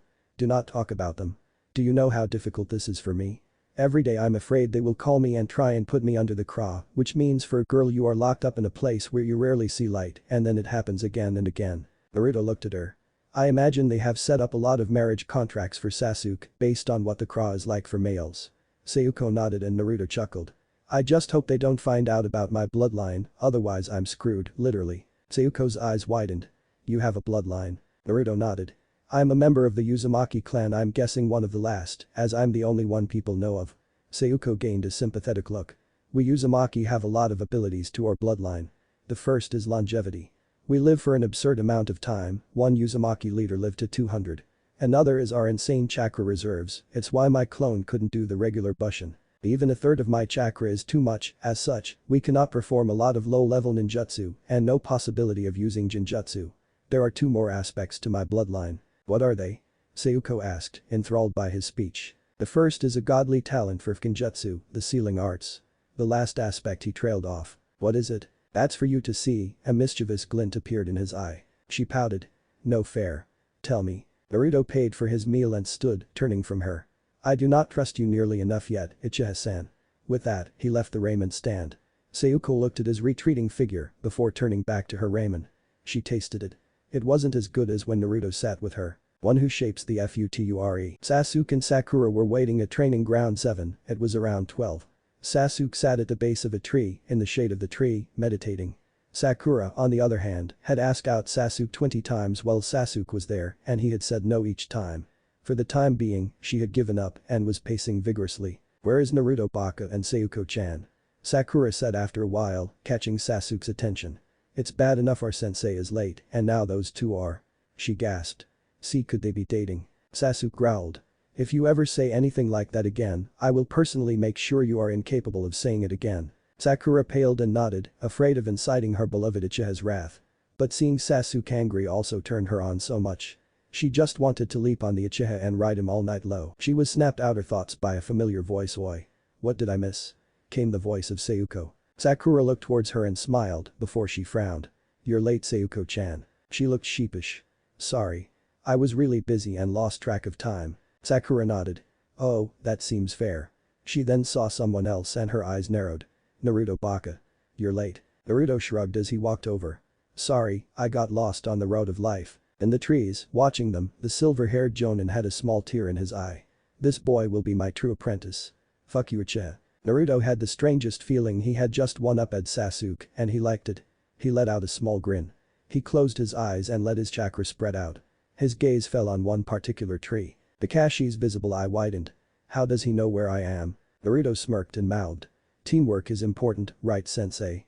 The Jonin froze, shocked. Naruto looked toward Sakura and Sasuke. Look you two, I ate by accident this morning and I have a couple sandwiches, so why don't you eat them? Oh, we aren't allowed to eat breakfast, Sasuke said. It's 12, it's more like lunch now. He countered. Sasuke considered this before nodding and Sakura followed his example. He took out sandwiches from a seal in his shuriken pouch and handed them to Sasuke and Sakura. They ate them quickly in case Kakashi came along. Kakashi smiled. Naruto was making an effort to make sure the team was in top shape. He had seen Naruto slip the paper into Sayuko's pocket as well. He soon decided it was time to say hello and appeared there in a shushin. Yo. You're late. The banshee screeched. Kakashi winced at her voice, as would everyone who wasn't used to it. Sorry, I got lost on the road of life. Naruto chuckled and Sakura's eyes narrowed at the same excuse Naruto had made. Well, I guess we should begin our Genin test. He took an alarm clock and put it on the ground, then took 3 bells and attached them to his jacket. You have 2 hours to get these bells from me, otherwise you fail. But sensei, Sakura protested. There are only 3 bells. Kakashi smiled. Which means one of you is going back to the academy. And if you don't get the bells, then you will all go back to the academy. Naruto immediately charged at the Jonin, throwing a kunai. The Jonin moved his head and Naruto threw a punch. Kakashi blocked it, then grabbed Naruto's arm and captured him in a lock. Now, I didn't even say start yet. Everyone looked at Kakashi with different reactions. Ready? And start. He released Naruto and jumped back. The 4 Genin immediately dived into the trees to hide. Well, they can all hide well at least. The Jonin reached into his pouch and pulled out an orange book. He started reading it. Sayuko was watching Kakashi carefully, looking for an opening. She couldn't see any thought. As expected of a Jonin, BST, came a voice behind her. She nearly fell out the tree, but she looked back to see Naruto. Naruto. She said in a hushed whisper. What are you doing? Look, I can't take him alone, he said. She raised an eyebrow. Naruto admitting he couldn't do something. That was new. This test is to prove our teamwork, to show we work well as a team. So I suggest we team up to take on Kakashi. I'll go try and convince Sasuke to help and you go get Sakura. Why don't I get Sasuke? He is my brother. He may not listen to you, he is a lot more arrogant. He raised his hand as she began to protest. Look, are you in or out? Sayuko took a deep breath. Okay, I'm in. Naruto nodded and then looked towards Kakashi, only to find he wasn't there. Shit, he's already started moving. The two heard an ear-splitting scream that rang through the training grounds. We need to hurry. Naruto then ran off to find Sasuke, while Sayuko looked for Sakura. One who shapes the FUTURE. When Naruto arrived at Sasuke's location, he had to hold back his laughter. There, with his body save his head buried underground, was the almighty Uchiha Sasuke. Hey Sasuke, how you doing? Oh. The Uchiha snapped, angry. I demand you get me out of here. Calm down Sasuke, I'll let you out, on one condition. And what would that be? We work together to get the bells of course. Naruto said, as if it was obvious. He snorted. I don't need your help. I touched a bell, alone. I don't need anyone. Naruto was getting annoyed. Sasuke, you touched one, with my help you could get one. I can do it alone. Sasuke insisted. Fine. Naruto snapped. You can stay there then. He disappeared in a shushin. Hey wait. Let me out you bastard. Naruto appeared in by Sayuko, who was looking in a direction, annoyed. Let me guess, Sakura ran off for Sasuke. She nodded and sighed. When will she see my brother doesn't like her? Naruto shrugged. I couldn't get to Sasuke, so looks like we have to work alone. She nodded and the two came up with a strategy for getting the bells. Sayuko didn't admit it, but she was glad only she and Naruto were working together. One who shapes the FUTURE. Kakashi was in the middle of the training grounds, reading his book, giggling perversely every now and again. He then closed his book and turned to see Naruto. Well, if it isn't our blonde knucklehead. Naruto smirked. That was in the past Kakashi, let me show you what I can do when I'm serious. He held his finger in front of him, a seal made out of his chakra coming into existence. Kakashi's eyes widened. Hado number 4. By Akurai. A thin bolt of white lightning shot from the seal, and Kakashi jumped out the way. Sealing techniques. You really are in Uzumaki. Kakashi put his book away, he couldn't take it easy against this foe. Naruto made some hand seals. Futen. Tatapa. A blast of wind shot forward, but Kakashi was quick to make hand seals of his own. Oten. Dorakeki. He shot mud from his mouth, no idea how, and it rose into a wall. The wall was torn to pieces from the Futen, but Kakashi was fine. He smiled. You will have to do better than that. Naruto smirked. Now. Kakashi's eye widened and he turned around to see Sayuko running through hand seals. Katen Kakak no Jutsu. She shot from her mouth a very large fireball, and Kakashi was forced to dodge, causing the fireball to head for Naruto. Naruto, on the other hand, smirked and made a single hand seal. Futen. Kamiarashi. He held out his palm and a blast of wind shot from it in a cyclone way, and when it made contact with the fireball, they combined to make a fire vortex that turned and went for Kakashi. Kakashi's eye widened. It can't be. He quickly ran through hand seals, but even he wasn't fast enough. Naruto smirked. Too late. Kimryoku. Taika no Yuzu. Kakashi cursed as the vortex hit him head-on, and he was blasted back into a tree, panting. Sayuko ran forward, hoping to grab the bells, but the alarm rang. Damn it. Sayuko screamed. Kakashi looked at them. Kimryoku. And so young Kakashi I smiled. Sorry, but time is up. So you fail. Naruto and Sayuko groaned as they knew what it meant. One who shapes the future. Sasuke and Sakura were tied to the stumps, while Sayuko and Naruto sat by them, annoyed. It was a decent effort, Kakashi said. Naruto shook his head. Not good enough. I'm sorry I let you down. Sayuko looked at him. It's fine we tried. Kakashi I smiled. I have some news. Only Sayuko and Naruto have to go back to the academy. Sasuke was about to protest on his sister's behalf, and Sayuko was going to argue she and Naruto had done really well, but they were cut off by what Kakashi said next. Sasuke, you and Sakura are being dropped from the program. The Banshee and Uchiha heir looked at Kakashi with wide eyes. What do you think these exams are about? Why do you think we put you in teams of 3? Sasuke and Sakura looked confused, but everyone was shocked to hear Naruto give the answer. Teamwork, he sighed. The goal was teamwork. Kakashi nodded. Sasuke, you tried to fight me alone, not wanting anyone's help. Sakura, you ran off to look for Sasuke when Sayuko tried to offer help. Only Sayuko and Naruto figured it out and worked together. If all of you had worked together, you may have gotten the bells. Naruto nodded. This was a practice scenario. Kakashi represented a powerful enemy, the bells were the information. The only reason there were 3 was to drive us apart. Once again, Kakashi nodded. Being a shinobi isn't fun in games. It is a career and a single second could cost you your life. Kakashi put a kunai to Sasuke's throat. Sakura. Kill Naruto or Sasuke dies. Sakura flinched and everyone noticed her made a very distinguishable gesture to her kunai holster, even though she was tied up. Kakashi took the kunai away from Sasuke. That's what it means to be in a difficult information. Choosing the mission or your friends. Kakashi walked over to the memorial stone. Some of my best friends and comrades died because of situations like this, that's why they are on this stone. Naruto sighed. He got up and walked over to stand beside Kakashi. My mother and father, he began, catching everyone's attention. They died for me, they died so that I could be given a chance at life. Their names are also on this stone. A few tears fell. And it is only by living that I can honor their sacrifice. He ran his fingers over a particular name, which Kakashi read. Ashina. Kakashi looked at the blonde with sympathy before turning to the rest. Oh, and Kakashi-sensei? Naruto said before Kakashi could speak. Yes, Naruto. Naruto grinned as he walked over to the others and pulled 3 familiar bells out his pouch.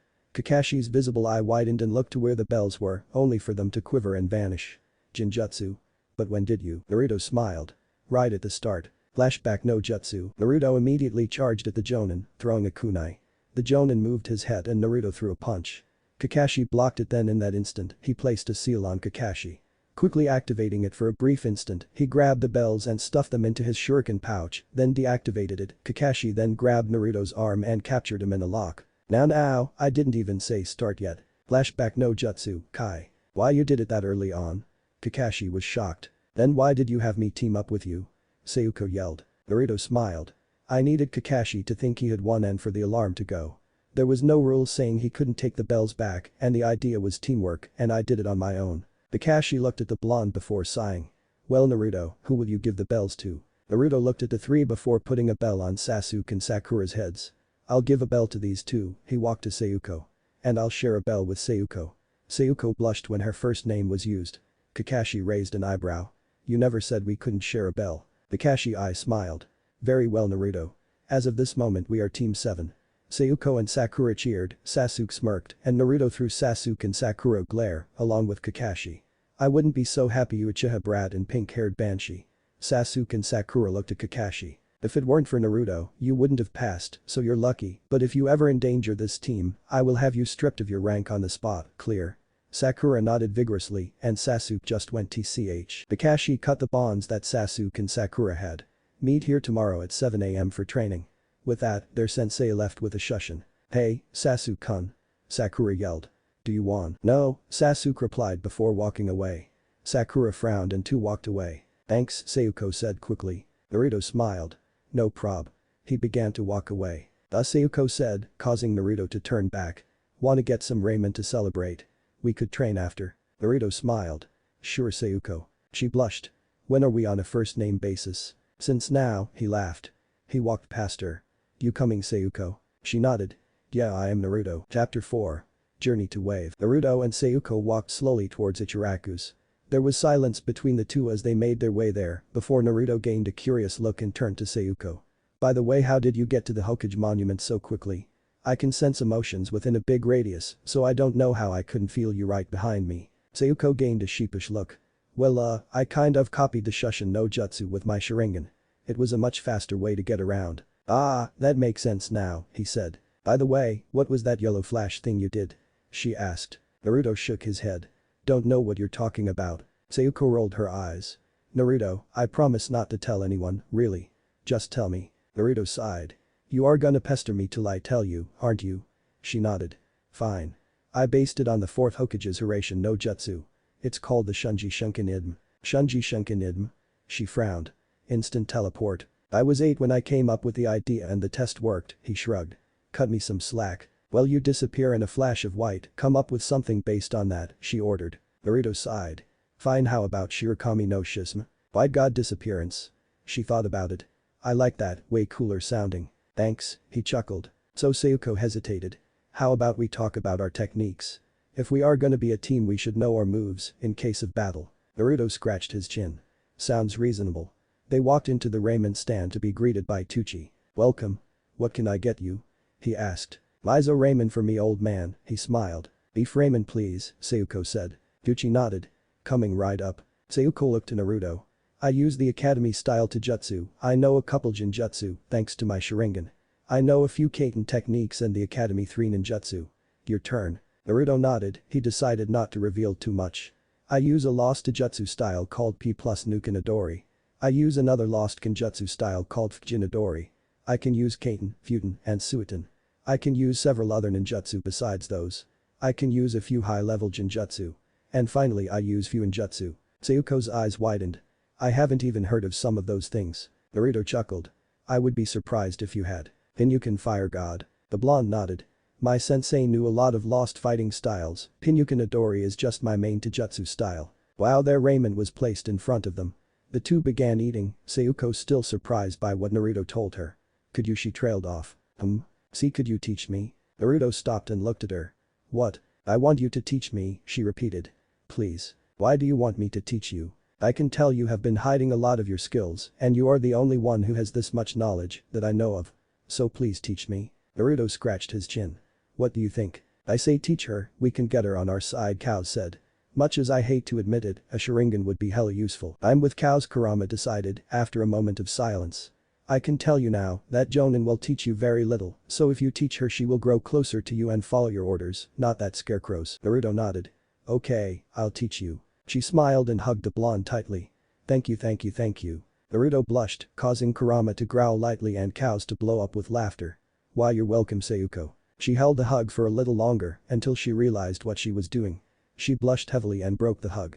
Why yes, so wanna train after we finish eating? Naruto nodded. Why yeah, I'd like that. The two began eating once again. Naruto ate much slower than he usually would. Oh no Naruto. Naruto looked to her. Yeah. What made you leave for 7 years? Naruto frowned and sighed.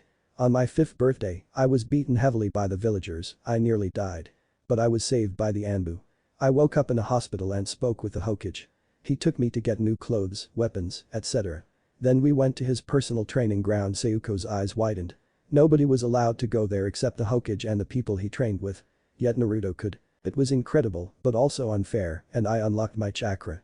After that I made a Kaibushin which took my place for 7 years. I trained, and here I am. But why would the villagers beat you? She asked, confused. Naruto smiled sadly. Because the Yondaime wasn't able to kill the Kyuubi and instead sealed it inside a newborn baby. What does that have to do with this? What day did the Kyuubi attack? He asked. October 10th, she said instantly. And when is my birthday? Oktober, she gasped. You mean? Yes, I was that baby. He told her. The Kyuubi was sealed inside of me. She looked at him for a long time and Naruto shifted uncomfortably. Maybe she would be like the rest and shun him. Maybe she would beat him too. Maybe she would. How dare they? She screamed, which shocked Naruto. They beat you just cause of something beyond your control, you were made a scapegoat, that is unfair. She subconsciously activated her Sharingan, her two tomo spinning wildly. Naruto was shocked, nobody had spoken like that before, other than the old man. But even the Hokage didn't get this angry on his behalf. It made Naruto happy. But wait, she frowned. Why do you still care for this village if they beat you so much? Personally, I would destroy them all. Naruto smiled sadly. Because that would just prove them right, that I am the Kyuubi. I am not though. I am Uzumaki Naruto, the protector of Konoha, a proud shinobi. For now at least he thought, which caused Cows and Kurama to cackle. Sayuko looked at him before sighing and deactivating her Sharingan. If you say so. But you need to know you aren't alone anymore. I'm here if you need me. We are friends, right? Naruto smiled. I'd like that. Sayuko smiled as well. The two finished off their ramen. Training? She asked. Training, Naruto agreed, and the two walked together to the training grounds. One who shapes the FUTURE. Over the next month, Team 7 did their training if you could call it that. They did team exercises to build trust between each other. These exercises included throwing a ball to each other with blindfolds on, falling back to be caught, etc. Sasuke felt insulted that they wasted time doing this, he was in a Uchiha elite, he did not need this. He should be doing dangerous missions to build his rep and make Itachi fear him. Sayuko was annoyed, she could have been training with Naruto, getting stronger, but this was wasting her time. Naruto was mutual about this, and Sakura thought this was normal for fresh genin teams. They did D-rank missions too, which Naruto pretty much did single-headedly with Sayuko. It was thanks to them Team 7 had the record for catching Tora in record time, 10 minutes 37 seconds. That was including the time it took them to take the mission and locate Tora. Sasuke and Sakura didn't do any of the work, Sasuke thinking it wasn't worthy of him, and Sakura following his example. This meant Naruto and Sayuko had to work without help, as a two-genin cell, which they preferred. The team had just brought Tora back to her owner, the Fire Daimyo's wife. Oh thank you. She said happily. Without my Tora I don't know what I would do. Tora looked in pain and crying, which made everyone in the room, other than Sasuke and Sakura, feel sympathy for the poor cat. Serves you right, devil cat, Sasuke thought, grinning. Naruto sighed. Excuse me miss. Yes young man. She responded, turning towards Naruto. I think the reason Tora keeps running away is you are showing it too much love, he told her, saying it in such a way that he wouldn't get in trouble. Don't rub your cheek against Tora's so vigorously for one, do it gently. Also, let her lay in your palm and scratch her between the ears. She blinked before trying it. Tora purred loudly, enjoying the feeling. Oh my, how wonderful. Tora has never done that. Naruto smiled. If you do this, Tora will run away less often, and also do not feed her too much, eating food at the proper times will do fine. In addition, go on walks with her every so often, so she can get some exercise. The daimyo's wife nodded and gave the Hokage 3 times the amount she usually paid for the mission, before leaving the room with a purring Tora. Once she was gone, everyone looked towards Naruto. What? Naruto, Hiruzen sounded strangled. Do you know what you just did? I saved every team in the future the torture of chasing that cat, Naruto responded. Hiruzen looked at him. But nobody has been able to convince her to do that. How did you manage it? Naruto shrugged. Kurama-sensei taught me how to think fast and be a good talker. Sarutobi sighed. Of course, should have known. Kurama-sensei?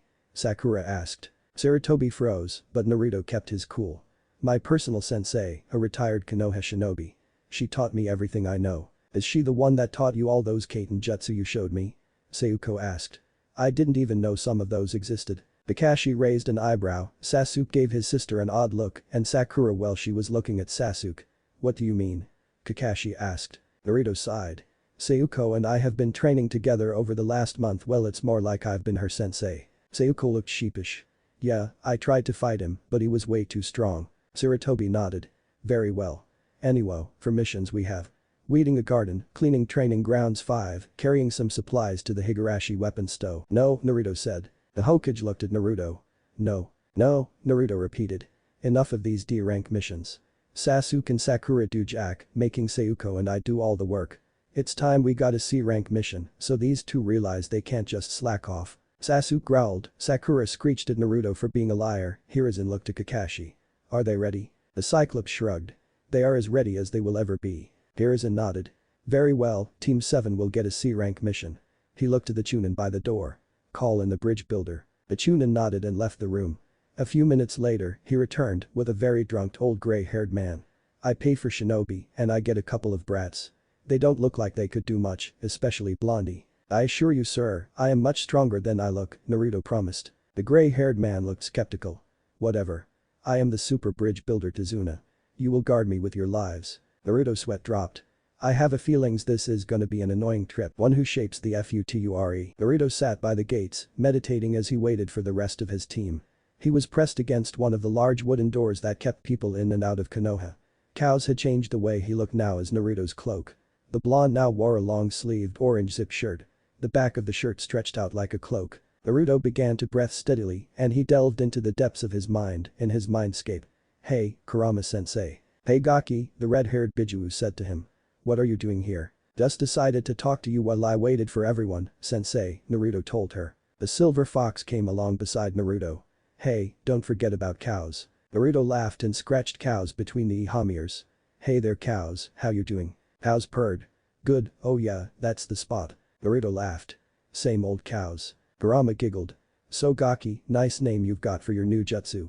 Shirakami no Shisma. The white god's disappearance. Makes sense. Yeah, Naruto chuckled. I was really pushed to choose that name. Kurama nodded, then became serious. Gaki, have you made any progress in that idea? Naruto sighed. I'm still thinking sensei. I've got the basic outline. But, Kurama nodded. Just try your best Gaki. Naruto nodded and his sensors started acting up.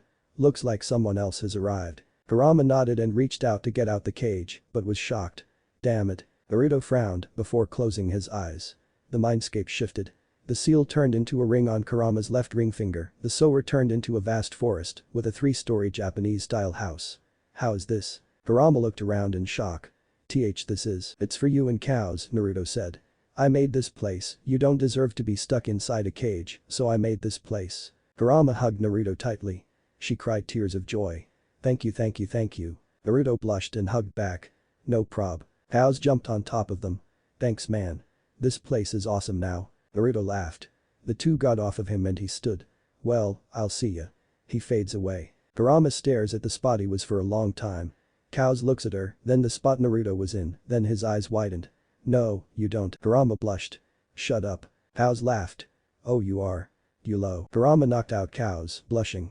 Baka. Outside the mindscape, Sayuko arrived and noticed Naruto pressed against one of the gates. Hey Naruto. He didn't stir, which made her look on in confusion. Then realization dawned. Oh maybe he is talking with that. She waited for a few minutes and eventually Naruto's eyes fluttered open. Oh, hey Sayuko. She smiled. Hey Naruto, were you meditating? Naruto nodded. Was just clearing my head, it's our first C-rank mission and I want to do well. Uchiha Eris nodded. So, where do you think everyone is? Sakura is probably looking the mirror to look good for Sasuke, Naruto said instantly, earning a giggle from Sayuko. Sasuke, I guess he is in his room, planning on how to kill Itachi. Sayuko rolled her eyes, but nodded. As for Kakashi-sensei, he is over there. He pointed in a direction and she looked, causing her eyes to widen. Walking towards the two was Kakashi Haddock with a bag slung on his back. I smiled. Hello you two. Why you're on time, Sayuko said. Kakashi looked confused. Is it really that odd? Yes, his two students responded instantly. Kakashi's sweat dropped. I am serious sometimes you know. Yes, Naruto said. But that's usually when a new book in the series of Icha Paradise is released. Or you find out you can torture us all day. Kakashi chuckled. Got me there, he pulled out his book and began reading. A few minutes later, Tazuna arrived. He frowned. Where are the other two? The duck hair is brooding in the mirror, making plans on killing his evil brother, Naruto said seriously, which made Tazuna shiver in fear. And the pink-haired banshee is masturbating in the mirror to the thought of said duck hair fucking her hard and fast. Sayuko turned red at that. Kakashi chuckled and Tazuna blew up in full-blown laughter. Kurama giggled uncontrollably in the mindscape and Cows was still unconscious. That was a good one Gaki. Tazuna managed to say. You're okay in my books. Naruto smiled. Thanks Tazuna-san. Tazuna chuckled. No problem. Another 5 minutes passed and Sakura and Sasuke arrived. You're late, Kakashi said. The two looked at him like he were from outer space. Sakura formed the ram seal. Kai. Kakashi looked confused. It's not an illusion. Sasuke formed the ram seal. Kai.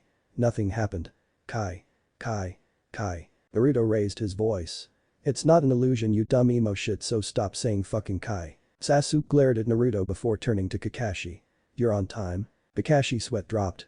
Is my reputation really so bad that you think it's a genjutsu when I'm on time? Yes, Sakura told him. Kakashi chuckled lightly. Right then. Let's go. Kakashi ordered. Naruto stood and they began to walk away from Konoha towards Nami no Kuni, one who shapes the Future, and then I said. Calm down bro, I'm just chilling Naruto. Sayuko and Tazuna barked in laughter, Sakura shook her head in dismay, and Sasu kept brooding. Nice story Kakashi-sensei, Naruto laughed. Fighting shinobi and Yuki no Kami. Kakashi smiled. Yes, it was a once-in-a-lifetime experience. Not every day you see that kind of fighting. Naruto nodded. Nah, sensei, can you tell us about the 5 Kage? I'm still a little confused on that. Kakashi nodded. Well, there are 5 Kage, as you know, one for each nation. Kage is the title given to someone who has risen to be the leader of a hidden village, one for each of the 5 great nations. Kage also means shadow, they are called that because a shadow is something you cannot expect to beat so easily. For Rai no Kuni is the Kumagakure, their Kage is the Reikage. For Mizu no Kumi, the Kurigakure, along with the Mizukage. For the Kase no Kumi is Sunagakure with the Kazukage.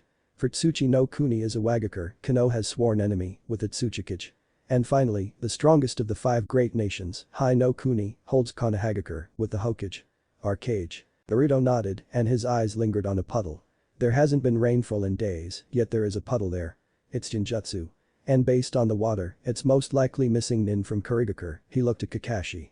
I'm certain sensei noticed it too, but he is most likely waiting to see who they will attack. I'll play along for now. The group walked past the puddle, and slowly 2 figures emerged from the puddle, both wearing large black cloaks and gas masks. They wore on their opposing arms, one left arm one right arm, were gauntlets attached by a single chain. The 2 leapt into action. They immediately wrapped the chain around Kakashi. The silver-haired Jonin's visible eye grew wide. Kakashi-sensei. A banshee screamed loudly. They heard one of the 2 mutter as the chain squeezed tight against their sensei and he was torn apart. Sakura screamed, Sasuke's eyes widened, Sayuko looked horrified and Naruto just watched. Their sensei fell into a pile of logs. The 2 men's eyes widened but they quickly regained their focus and charged towards Tazuna. Fools, Naruto appeared in front of Tazuna with his hand up. He whispered, Onmindo. Tate. Immediately, the world seemed to bend to Naruto's will and a shield appeared in front of him. When the men's gauntlets made contact, the gauntlets shattered. Their eyes widened. Wah! Naruto punched, his fist breaking through the shield and into the face of one of the men. The man flew into a tree and fell unconscious. He muttered, turning and doing a well-placed kick, his foot breaking through the shield as well and into the face of the second man. That man flew into a tree opposite his brother, knocking him out. Naruto made the shield vanish. Everyone looked at him like he was from outer space. Too easy. How can he have more power than me? Sasuke thought, furious. I deserve that power. I will make him teach me. How did Naruto Baka do that? Sakura was furious at Naruto for some reason. He is the dope. He can't do anything right. Her inner voice agreed. That damn Naruto can't do anything. Is that one of his secret moves he never told me about? Sayuko thought, amazed. What amazing skill. I am so glad I hired this kid. Tazuna thought. Naruto looked into the trees. Kakashi-sensei, you can come out now. Immediately, the scarecrow jumped out his hiding spot and landed by Naruto. Well done Naruto, Kakashi congratulated. You didn't freeze up like the rest and kept your head cool, remembering to protect the client. Kakashi then grew serious. Speaking of which Tazuna, we need to have a talk. Naruto walked away and carried one of the men to the other, then tied them to the tree with a rope. The demon brothers. B rank missing Nin from Kurigakure no Sado, they were Chunin rank before leaving. They fled the country after a failed assassination attempt on the Yonde Mizukage, with help from Zabuza Mamachi, who had just begun the bloodline purges. Kakashi nodded, impressed with Naruto's knowledge. We were not informed there would be enemy shinobi on this mission. This just became a B, if not A rank mission. My team is not yet experienced enough for a mission such as this. Explain, now. Tazuna groaned. Okay, I'm sorry. The truth is, the wave country has been taken over by Gato. Kakashi's eye widened, but Naruto spoke. Gato as in the business tycoon. Tazuna nodded. That's what he uses as his bright side, but he is a bad person. He does illegal trades with all kinds of places and takes over villages until they submit and work for him. He's a monster. Building the bridge is our only hope of opening trade of our own and buying the country back from Gato. We needed some proper shinobi but we only had enough for a C-rank mission. Kakashi glared. Then you could have made a contract with the Hokage. You could have hired Jonin and paid the Hokage once you got the money. Tazuna's gaze dropped. I'm sorry. Kakashi sighed. It doesn't matter. Team, we are heading ba. No, Naruto said. Kakashi looked towards the blonde. No. No, Naruto repeated. I can tolerate a lot of things, pain, hatred, I can deal with it all. But scumbags like Gato. I will not let him remain in power. I say we go through with the mission. Kakashi glared at him. It is not your decision. I agree with him, Sayuko interrupted. That shocked everyone and Tazuna looked grateful. I've heard of Gato and scumbags like him shouldn't be allowed to live. I say we kill him. Naruto grins and looks to Sasuke. You and Emo. I'm sure Gato has hired a couple people you can use as practice before you face Itachi. Sasuke scowled but grinned slightly at the thought. Much as I hate you dope, I'm in. Sakura, wanting to follow Sasuke, said, I'm in too. Kakashi looked to all 4 of his students and sighed. I guess we will continue the mission. But I expect full pay when we can get it, understand? Tazuna nodded. Of course. Certainly. Naruto smirked. Well then, let's keep moving. One who shapes the future. After walking for a while, Kakashi decided they all needed a break. There was a fog around them, almost like mist. Kakashi was speaking to Tazuna about situations concerning his protection. Sasuke was brooding. Sakura was watching the Uchiha, blushing. Sayuko was reading a book and Naruto was meditating, blocking out all the noise. The blonde Jinchuriki was taking easy breaths as he let his chakra flow out around him, sensing the area. He felt a presence in the bush. It wasn't an animal, it had a lot of chakra, it was a Jonin and he was emitting killing intent. His eyes bolted open and he threw a kunai towards a bush. Everyone was startled by his sudden movement. After a moment, a small white rabbit hopped out the bush. Naruto Yubaka. Sakura screeched, which made Tazuna hold his ears, wincing in pain. You scared the poor thing. She went over to the rabbit and started comforting it. That rabbit doesn't look right, Kakashi thought. It's summer and yet its fur is white. This rabbit was raised indoors, which means it's easy to find fur. His eyes widened in realization. Kawarimi. Everyone hit the deck. Naruto and Kakashi yelled out together and everyone dropped down low as a blade swung over where their bodies had previously been. They all looked up. Standing on top of a large blade, the sword plunged into a tree, was a man. He wore striped blue pants, black ninja sandals, and bandages over the lower half of his headband was worn, so the forehead protector was more towards his left. However, it had a slash mark through it, indicating he was a Nukenin. He wore no shirt. He had black, spiked hair and no eyebrows. Kakashi spoke. Zabuza Mamachi, a rank Nukenin from Kurigakure, one of the 7 swordsmen, and wanted for the attempted assassination of the Yonde Mizuki. Zabuza looked and smirked. Well, Sharingan no Kakashi. You're in my bingo book. Sasuke looked at his sensei. Sharingan. What does he mean? Sayuko had a similar reaction. Sharingan no Kakashi. Does sensei have a Sharingan? Must be transplanted. It was at this point Naruto stepped forward. Zabuza. My good friend. How long it's been. Zabuza looked at the blonde blankly before gasping in fear and backing up. And Naruto. The one and only, the Uzumaki heir grinned. But how? Zabuza yelled. Haku and I watched you die. We buried you ourselves. Now Zabuza, Naruto smirked. You should know you can't keep a good man down. Naruto looked at Kakashi. Stay out of this, sensei. This is a personal matter. Kakashi glared at him. No Naruto, he is way above your leave. In an instant, Naruto held his fist by Kakashi's face. Want to repeat that? Everyone besides Zabuza was shocked at this. Sayuko especially. Naruto was her friend, but this was a first for her to see him acting like this. Kakashi's eye widened before he sighed. Fine. Naruto moved his fist and turned towards Zabuza. Now Zabuza, how about a little deal? Zabuza frowned and shifted uncomfortably. What kind of deal? First one to draw blood has to do what the winner says, Naruto stated simply. Zabuza looked at him before grinning. I'm game. What are the rules? Fight only to drawing blood. The moment blood is spilled the battle is over. No killing. Naruto rolled up his sleeves to show his gauntlets. Zabuza grinned and made a single seal with one hand. Kurigakure no jutsu. Immediately, the fog became more dense and spread, becoming a fine mist that blocked their sights. Oh, same old tactics, Zabuza, Naruto smirked. He turned and moved his arm up and blocked Zabuza's blade with his right gauntlet. And always attacking from the back first. He then moved his arm to block another one coming from another direction. And then doing that. Honestly, don't you learn? He kicked both Zabuza away, one of them becoming water. Zabuza growled. Arrogant Gaki. Sasuke team. Naruto called. Sakura. Sayuko. Pay attention. They all looked at him. This is how you fight an A-rank Nukenin. He tapped a seal on his left gauntlet and was now holding a large black side. The handle was all a black metal, whilst the blade was crimson, as if made from blood. Kakashi's single eye widened at the weapon. Zabuza shivered. That's Shum, Vermilion King. Zabuza looked at him. Looks like you did manage to get it. Naruto smirked. And now you get to witness its power. Naruto let his chakra flow into the blade as he dashed at Zabuza. The Nukenin, not wanting to face that weapon directly, swung his sword and the weapons clashed. Naruto pulled back his scythe and attempted a slice at Zabuza's arm, but the demon of the mist moved quickly, slicing at Naruto's legs. In response to this, he jumped up and landed on the Kubikiri Bacho and swung at Zabuza's head. He ducked and kicked Naruto off his sword. The blonde landed on the water and grinned. My Zabuza, it appears Shum won't be enough to beat you. He sealed the scythe into his gauntlet. Then perhaps I shall show you my own personal blade. Naruto grinned evilly. Be honored Zabuza. I have never used this sword in a battle before. He held his hand out vertically and a dark portal formed on the ground beneath his hand.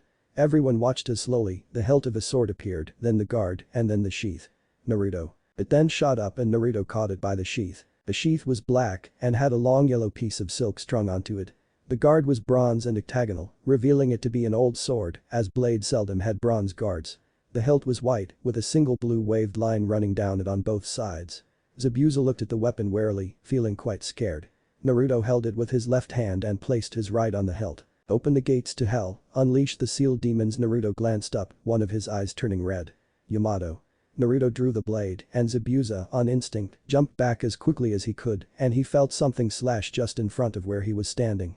Naruto quickly sheathed the blade.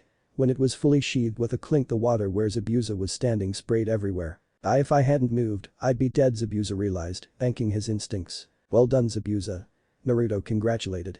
My clones could never dodge Yamato, no matter how hard they tried.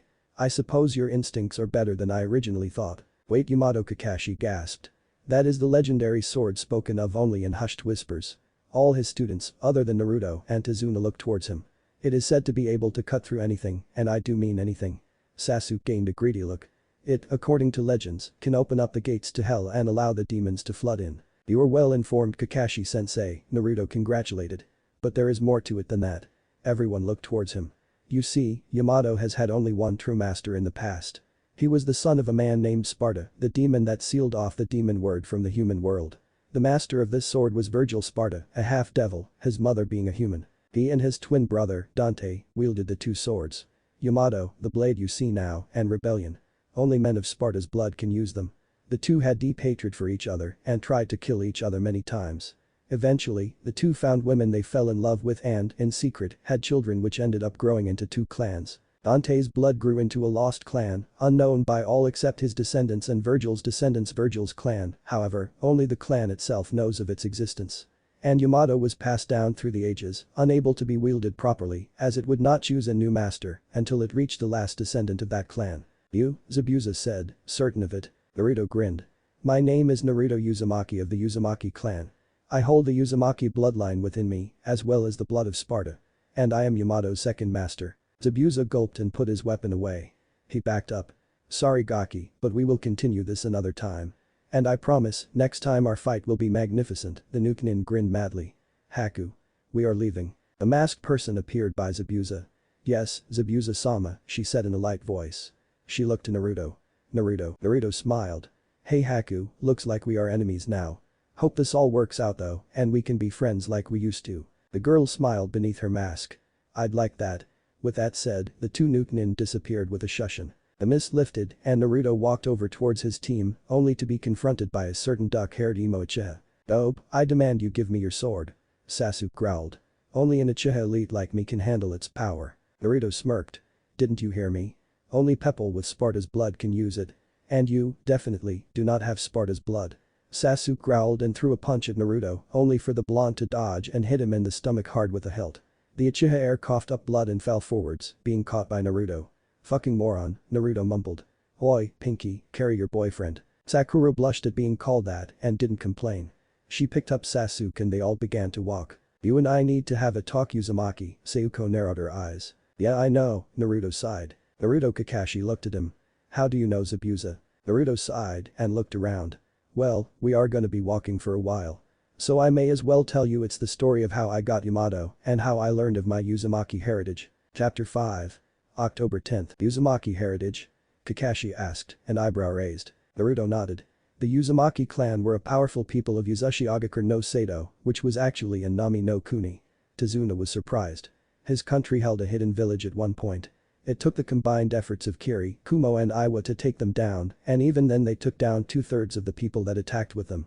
After their defeat, the survivors scattered. Sayuko frowned. That isn't the story we want, Naruto. Tell us.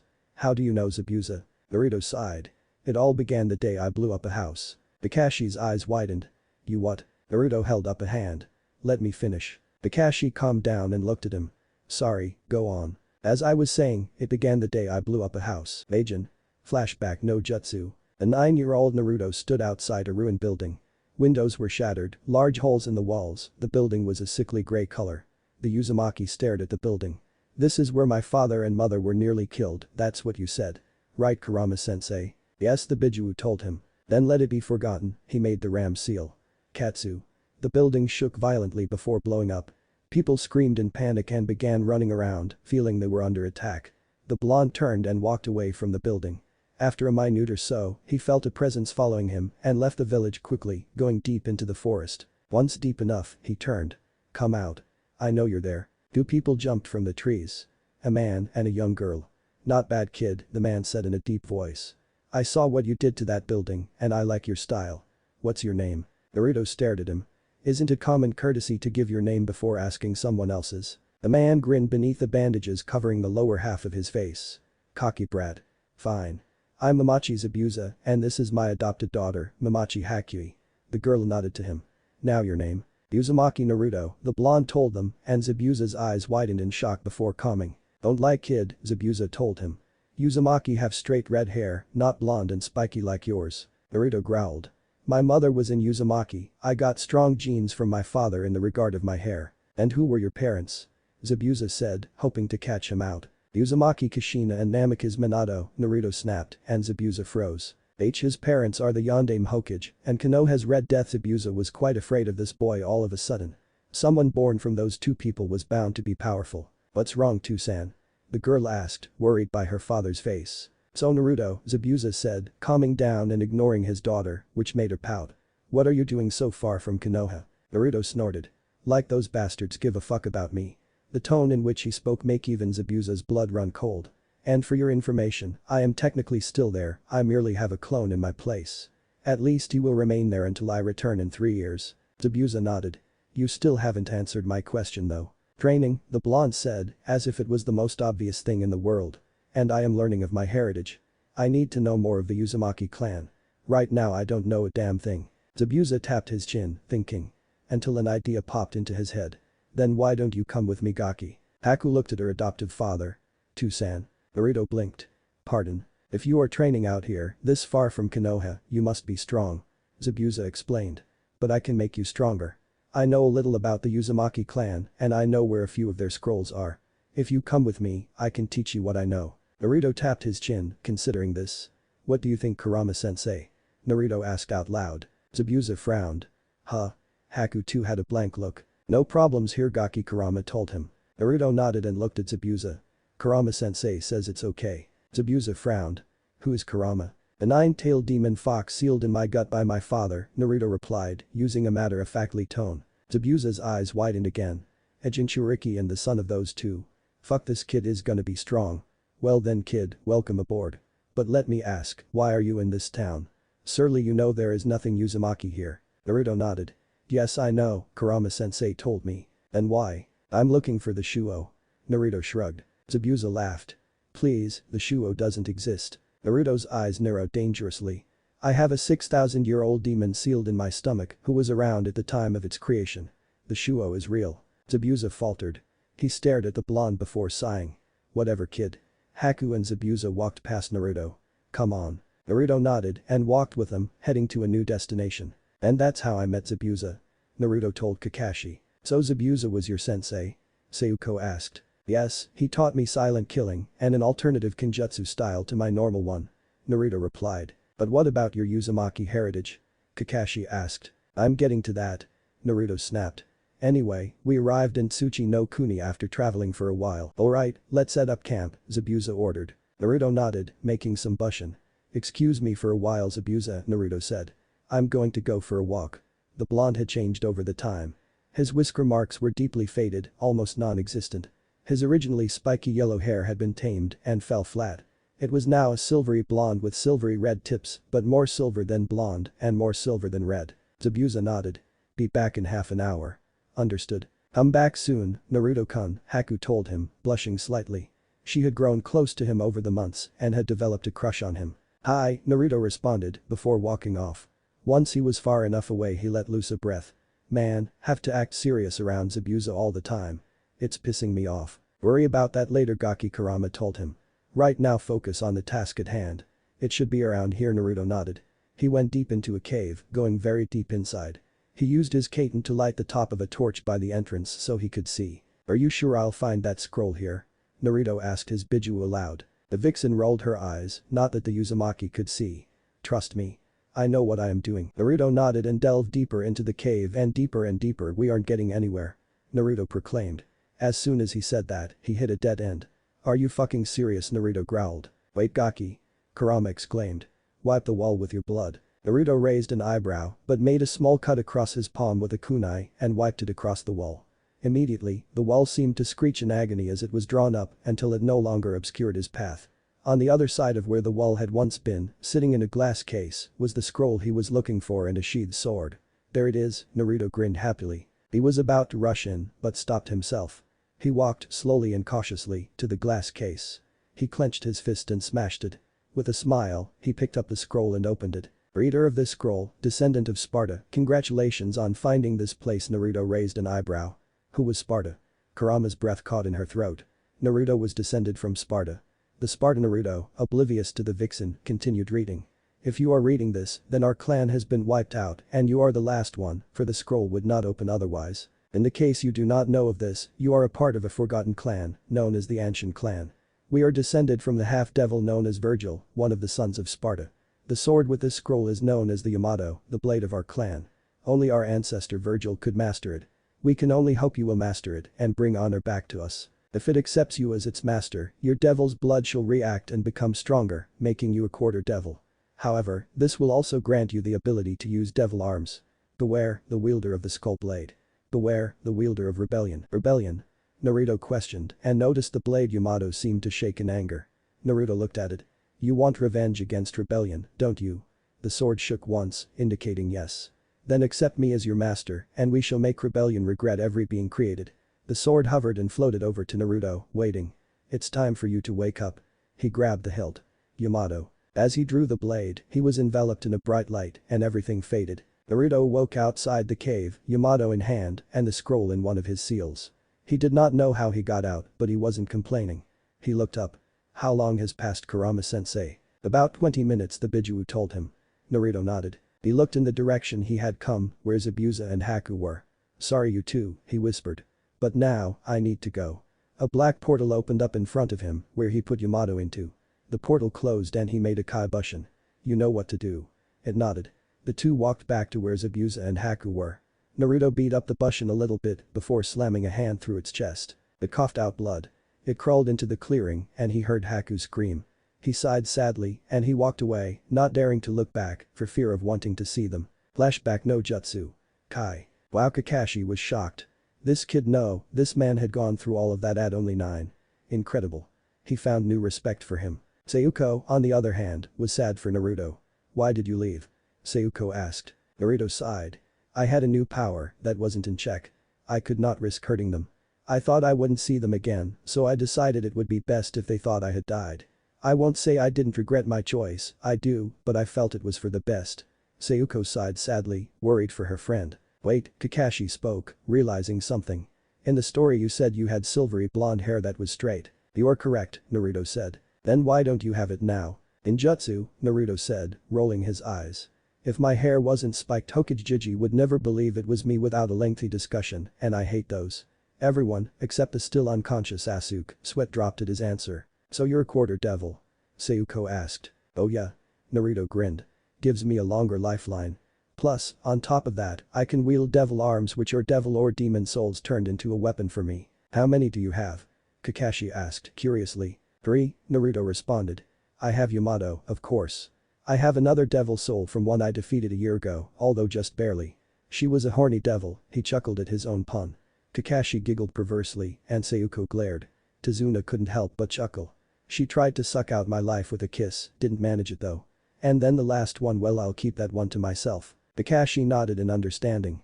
Of course, Naruto. In time, they arrived by a shore with a man waiting with a boat. "You're here, Tazuna," the man said. "Yes, we need a lift to town," Tazuna told him. "As long as they are quiet, it will be no problem." They all climbed aboard the boat and the man began to row the boat.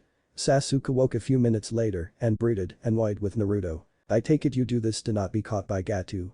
Kakashi asked. Tazuna nodded. "If we use another boat, we will get caught. Better to do things like this." "Understandable," Naruto said. There was a heavy fog around them as the boat moved. "And the fog is to help shield you, correct?" Tazuna nodded. "Very clever." "Thank you," Tazuna said. "But being clever isn't enough. We need to work hard too. In order to finish the bridge we must." Naruto nodded in understanding. "I know what you mean. It is like when I left Zabuza and Haku, I needed to master Yamato. Hard world was needed to master it." "Speaking of that, Naruto," Kakashi spoke. "How strong are you?" Everyone tensed. They were all secretly wondering how powerful the blonde genin was. Zabuza seemed to be afraid of him. Was he stronger than Zabuza? In a flat-out fight, I would lose to Zabuza. Apparently not. However, that caught everyone's attention. By flat-out fight, I mean a fight with brute force, no jutsu, nothing but swords and fists. In terms of strategy, I have him beat easily. And if we fought using our jutsu? He tapped his chin. Close to call. I may just win. If I were to use Yamato, then I could win a bit more easily, but I don't want to use him for such trivial things. "You think an A rank Nukenin is trivial?" Sayuko asked, shocked. Naruto nodded. "Yes. I might use Yamato against an S rank Nukenin, but only if I had no choice. Against an SS rank, I would call him out immediately." Kakashi nodded. "And what of that scythe you used?" "That is the Shuo," Naruto told him. "A very special weapon. It is spoken of in legends. It was said to be one of the 5 great weapons in all of existence. The weapons being, in order from weakest to strongest. Shuo, the Soul Slicer, a tool of the Rikido Sennin, then Dante's legendary sword, Rebellion, Yamato, the blade you all know and love, and finally the sword of Sparta. Shuo is the weakest, but it is powerful. When someone is killed by it, their soul is stored in the weapon instead of going to the Shinigami. It is the same for Yamato and Rebellion. Sparta's sword completely erases the soul from existence, which is why it is the strongest. Even the Shinigami fears Sparta's blade." Everyone was shocked at that. Even the Shinigami feared Sparta's blade. A certain Uchiha had some greedy thoughts. "I need that blade. With it, Itachi will suffer." "Naruto, you mentioned Rebellion before, but what is it exactly?" Sayuko asked. "Rebellion is, in a sense, the brother of Yamato," Naruto informed them. "However, its full power can only be unlocked by someone with Sparta's blood. Unlike Yamato, Rebellion isn't picky about its master as long as they are willing to fight demons and devils for peace." "Does that mean anyone can use Rebellion?" Kakashi asked. "Not exactly," Naruto told him. "Rebellion can be used by humans, but it will not be as strong as when someone of Sparta's blood uses it. In fact, it will only hold a fraction of its true power. And Yamato cannot be used by anyone other than the one it chooses as its master. In this case, me." "How many devils are there?" Sayuko asked. "Oh, hundreds, thousands, millions even," Naruto said, waving a hand dismissively. "However, a lot of them are sealed in the demon world. Only the most powerful devils live here. Neven was one such devil. She faced Dante and lost, but was revived a few thousand years after his death. All the devils Dante has faced have revived with time, but they are in hiding. Devils or not, humans have become stronger than before, with the ability to seal them away." Kakashi nodded. "One last thing, Naruto." Naruto nodded. "Go ahead. Have you killed before today?" Naruto nodded. "Just one person. He attempted to harm someone close to me, so I killed him. I felt regret from killing, but it passed quickly. But moving on to more serious matters," Naruto said seriously. "I'll have to ask you to not help me face Zabuza when we encounter him again." Kakashi frowned. "I can't do that, Naruto." "Please," Naruto asked. "I need to do this. It is the least he deserves. I left him and Haku, thinking I was dead. He deserves this fight." Kakashi stared at him and sighed. "Very well. But in the mission report, I will have to write I faced him. That okay?" Naruto nodded.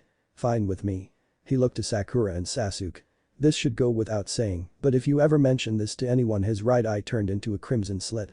I will kill you." Sasuke and Sakura, though stupid, knew to nod quickly. His eye turned back to being blue. "Good. One who shapes the future." "You ran away," a small blonde-haired man with sunglasses demanded. "Yes we did," Zabuza said. "They had not only Sharingan no Kakashi with them, but also a former student of mine. He held 2 of the 5 legendary weapons. They are not only priceless, but dangerous." "It doesn't matter," the small man growled, clearly angry. "You should do your job." Zabuza held the Kubikiri Bacho to his neck in an instant. "Do not question my judgment, Gato. I know what I am doing and I will strike them soon enough. The job will be done. And then I'll end your life soon after, scum. Batu shivered in fear before taking a step back. I will give you one more chance, Zabuza. If you fail this time, I will not be as forgiving. Gatu looked to his 2 guards, one who wore an eye patch and another who wore a hat. He nodded and the 3 walked away. I hate that midget, Zabuza grumbled. Soon enough we won't have to worry about him too, San, Haku promised. Zabuza nodded. Now it's only a question of if I can defeat Naruto, so we will all be together again. Haku blushed. I hope he loses. I missed him. Zabuza raised an eyebrow. You still like him? Haku nodded. Yes, he is precious to me, just like you, Zabuza-sama. Anukin nodded in understanding. Well then, we strike in 10 days. I need to get back in shape to face him. One who shapes the FUTURE. Team 7 and Tazuna were walking through the small town in which Tazuna lived. Naruto looked around, disgusted. The streets were filthy, people looked starved, and even more looked ill. Naruto clenched his fist in anger. A small girl came to him with open hands. Please? She asked. Naruto smiled softly and knelt, taking out a loaf of bread from a seal and placing it in her hand. Don't worry, I promise soon enough things will improve. The Uzumaki ruffled the girl's hair, who smiled brightly. Naruto had only one thought in his head at this time. Gatu will pay. The girl thanked Naruto before leaving. When Naruto rose, the group looked at him. What? I didn't know you were so good with kids, dope, Sasuke smirked. Yeah, you don't seem like the type, Sakura added. My student is growing up so fast, Kakashi fake sobbed, wiping a fake tear from his eye. Little Naru-chan is good with the other children? Sayuko asked rhetorically. Naruto gave them the finger. Fuck you guys. Was all he said and motioned to Tazuna to lead on, who simply chuckled and led them to his house. I made a good choice in who I hired, Tazuna decided happily. In time, they came to a small house. Tazuna opened the door. I'm home. He called out. A young woman came out the kitchen, who smiled. She had long black hair and black eyes. She wore a pink t-shirt and a long purple skirt. Welcome home, father. The young boy ran down the stairs and hugged the old man. Grandpa. Tazuna smiled. Hello you two. I missed you both.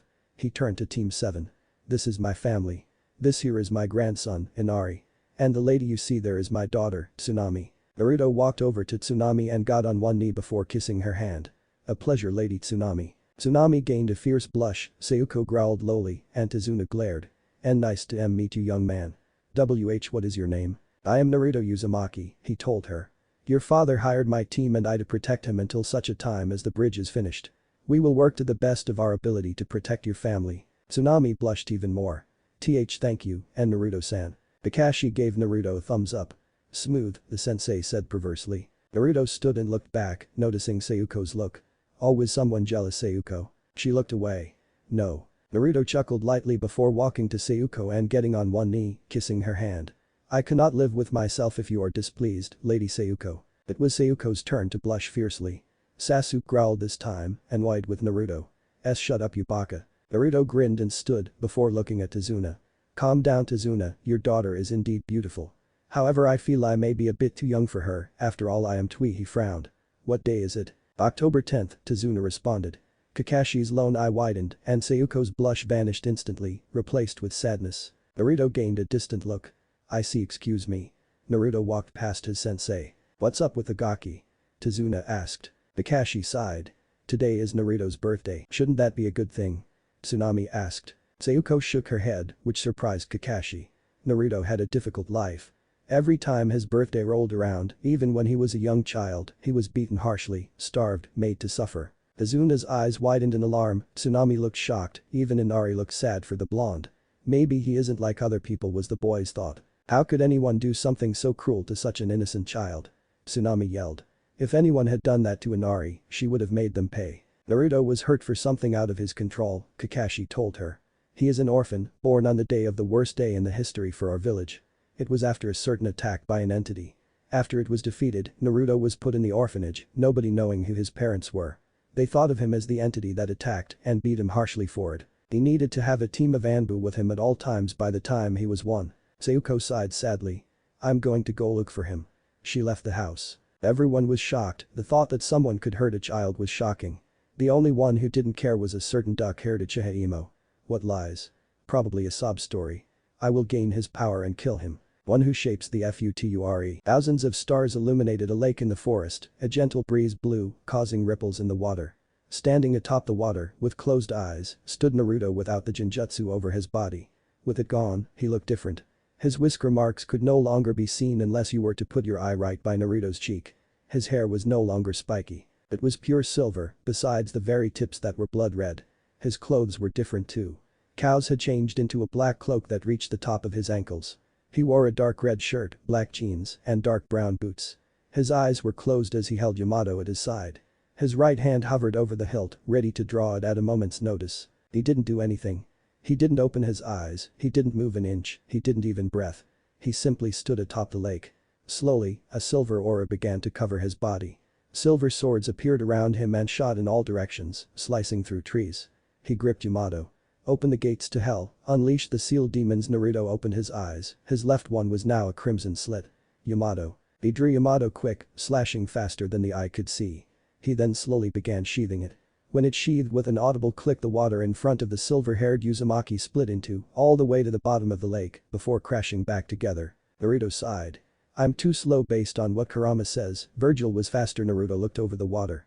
He then sat, crossed his legs, made an odd hand seal with his hands, and closed his eyes. Yes, Naruto, Kurama told him. You need to feel the chakra in the air and let flow into your system of its own accord. Naruto sat in silence for a while, but then stood. Not yet. Practicing that out in the open is suicide. He looked to the moon and sighed. It's the same moon as that night from your memories. Isn't it, Kurama-sensei? Kurama sighed. Yes, Naruto, it is the exact same moon. A stray tear fell down his cheek. Why did it have to be me? I'm sorry, Kurama said, for what must have been the 1000th time. Why did it have to be me? Naruto held his hand over his eyes and tears began to flow freely. Out of the forest came the Uchiha heiress. Upon seeing Naruto, she ran over the water and hugged him.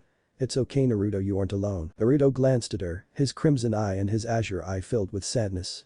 Sayuko. She hugged him tightly. I don't see why you keep that genjutsu up, you look great. Naruto buried his head into her neck. Why did he pick me? He cried. Sayuko placed a hand on the back of his neck, pulling him deeper into the embrace. It's okay, I'm here for you, Naruto-kun. Naruto looked at her, tears in his eyes. Sayuko. He slowly leaned in with his head. Sayuko mirrored the action, blushes on both their faces. Their lips met and all of Naruto's sorrows drowned away as he focused on the person in front of him. Meanwhile, in the mindscape, clutching her chest, was a certain Vixen. Why, Kurama thought. Why does my heart ache? Chapter 6. Arrogance and Training. The kiss between Naruto and Sayuko lasted what must have been an age for them. At least that's how Sayuko felt. When her lips met Naruto's, she felt nothing else mattered. Not Sasuke, not Konoha, not even revenge on Itachi.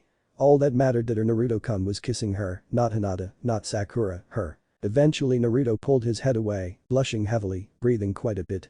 That was. Sayuko blushed and leaned her head into his chest, her arms still around his body. She could feel the abs under his shirt. They were lean, not those fake muscles she saw on others, these came from years of hard work and dedicated training, they were made to be used. You better take responsibility, she whispered. That was my first kiss. Naruto looked away. It was silent for a while until the silver-haired devil mumbled something. What? Sayuko asked. Naruto looked at her. It was mine too. Her heart was filled with happiness upon hearing those words. She snuggled into his body, quite happy with their position. Naruto wrapped his arms around her and pulled her deeper into the embrace. This is wrong, Naruto thought. She's an Uchiha. I'm an Uzumaki, distant relations to the Senju. I should hate her. I should want to push her away. But I just can't push her away. I shouldn't feel like this, but Sayuko looked up at him and her made the mistake of looking into her eyes. Those black eyes, beautiful black eyes that seemed to stare into his soul and unravel all of his dark secrets. Naruto-kun. Sayuko blushed. You're staring. Naruto blushed as well and looked away. Sorry. The Uchiha heiress turned his head. Don't just stare, she whispered. He went on her tiptoes and kissed him. Naruto melted upon contact and pulled her closer, sliding his tongue into her mouth and letting it dance with hers. Sayuko let out a quiet moan upon this. They kept this up for 5 minutes before the kiss ended, a trail of saliva connecting their tongues. Sayuko. Naruto began, but she put a finger to his lips. Unless the next words to come out of your mouth are loving ones, don't you dare ruin this moment. She let out a sickly sweet smile that sent shivers down his spine. It reminded him of her mother, Mikoto, one of the few women to treat him as an equal. He remembered an entry in the bingo book he had read long ago, the smiling monster Mikoto Uchiha. He felt Sayuko had inherited more than just her mother's looks. Sayuko, Naruto began again. I shouldn't feel this way about you. He stated, and Sayuko deflated. I should hate you, I should think you're a waste of space, I should want you dead. He continued. Tears began to well in the Uchiha's eyes. I should yell at you for daring to touch me and probably kill you right now. Tears were evident now and Sayuko was about to cry. But that caught her attention. I can't bring myself to hate you. I'm trying. Right now I'm trying. I just can't bring myself to hate you. Sayuko's tears fell freely, staring at the man in front of her. I can't open my heart to you. I've been hurt before and I shouldn't let the chance to be hurt again happen. I shouldn't be your boyfriend. Sayuko sniffed but Naruto placed a hand on her cheek. But despite all the shoulds and can'ts I've said I want to be that. Sayuko froze. What? She looked to him only to melt upon seeing the smile, the true smile that adorned his lips. Sayuko-chan, Naruto leaned in so his lips were just by hers.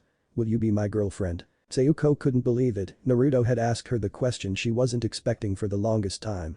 Please tell me this isn't a dream or genjutsu, she whispered. If it were, I would make it reality, Naruto responded and Sayuko's lips crashed into his, knocking him onto the water.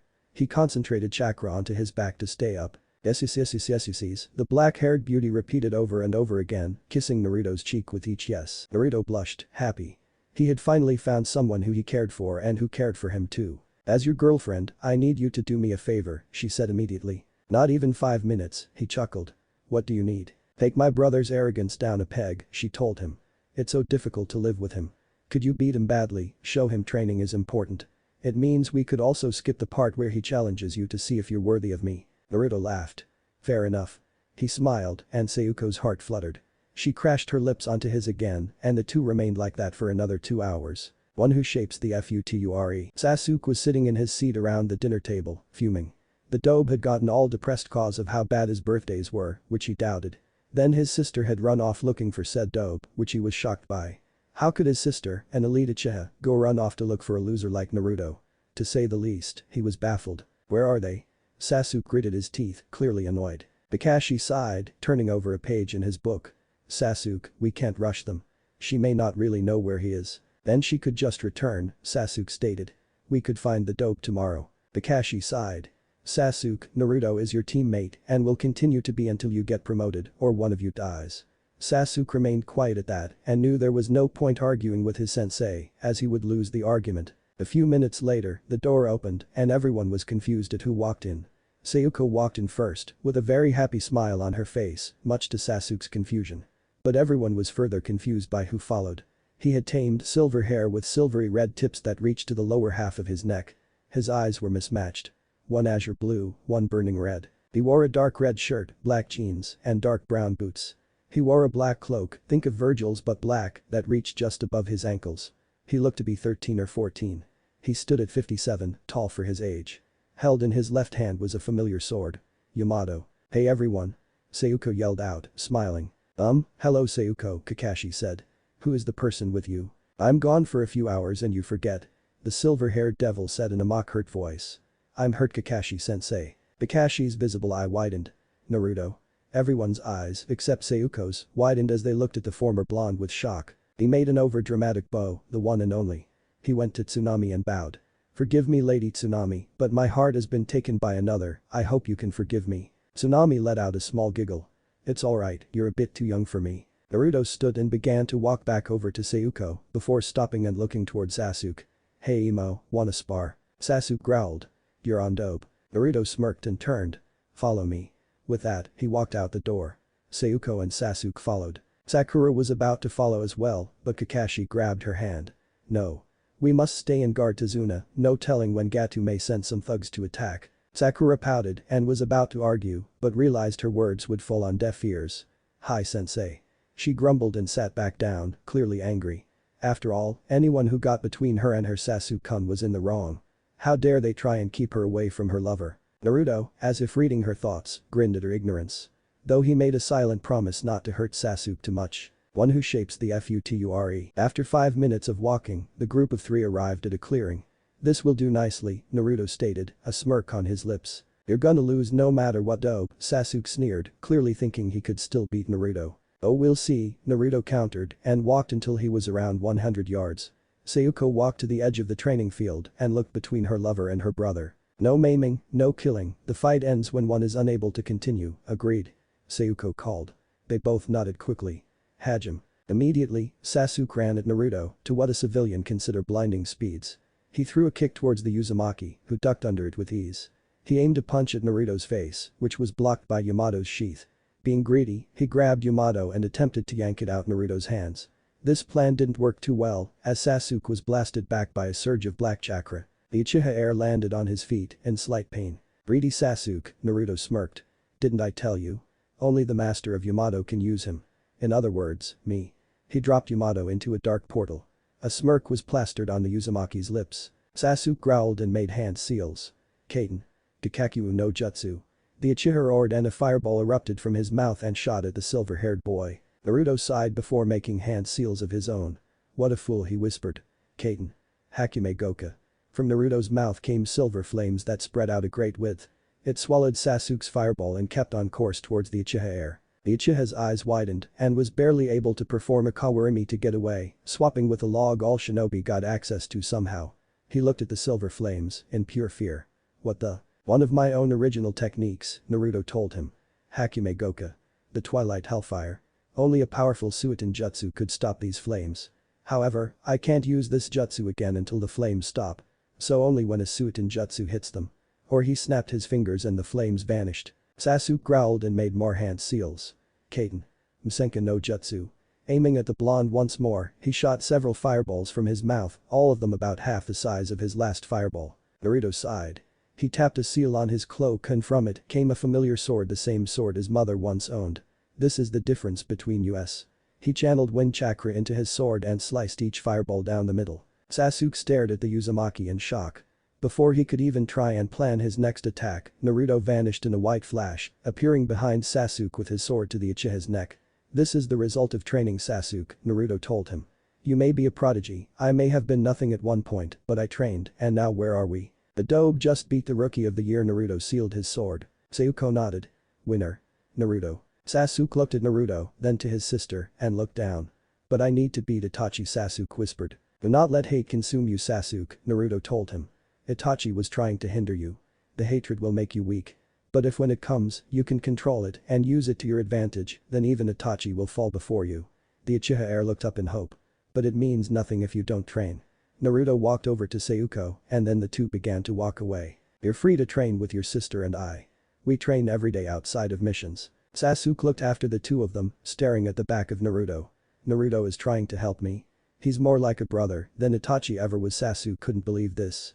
The person who he thought was worthless, the person who was the weakest of the weak had just beaten him, and now he was the person who had just earned his respect and set his spot as Sasuke's #1 rival and friend. Sasuke looked towards the sky. He smiled softly. Arigato, Naruto ni. With that said, he quickly turned and ran to chase after his sister and his brother. One who shapes the future. Naruto, Sayuko and Sasuke arrived back at the house. The 5 minutes it took them to get there, they spoke. Naruto was actually surprised to find out he and Sasuke had a lot in common. Sasuke enjoyed reading, learning new things, and they both even had a similar enjoyment for ramen. Sayuko giggled as they spoke. Her brother and boyfriend had a lot in common, which was good. It meant Sasuke may accept that Naruto was dating her. Nah, Naruto.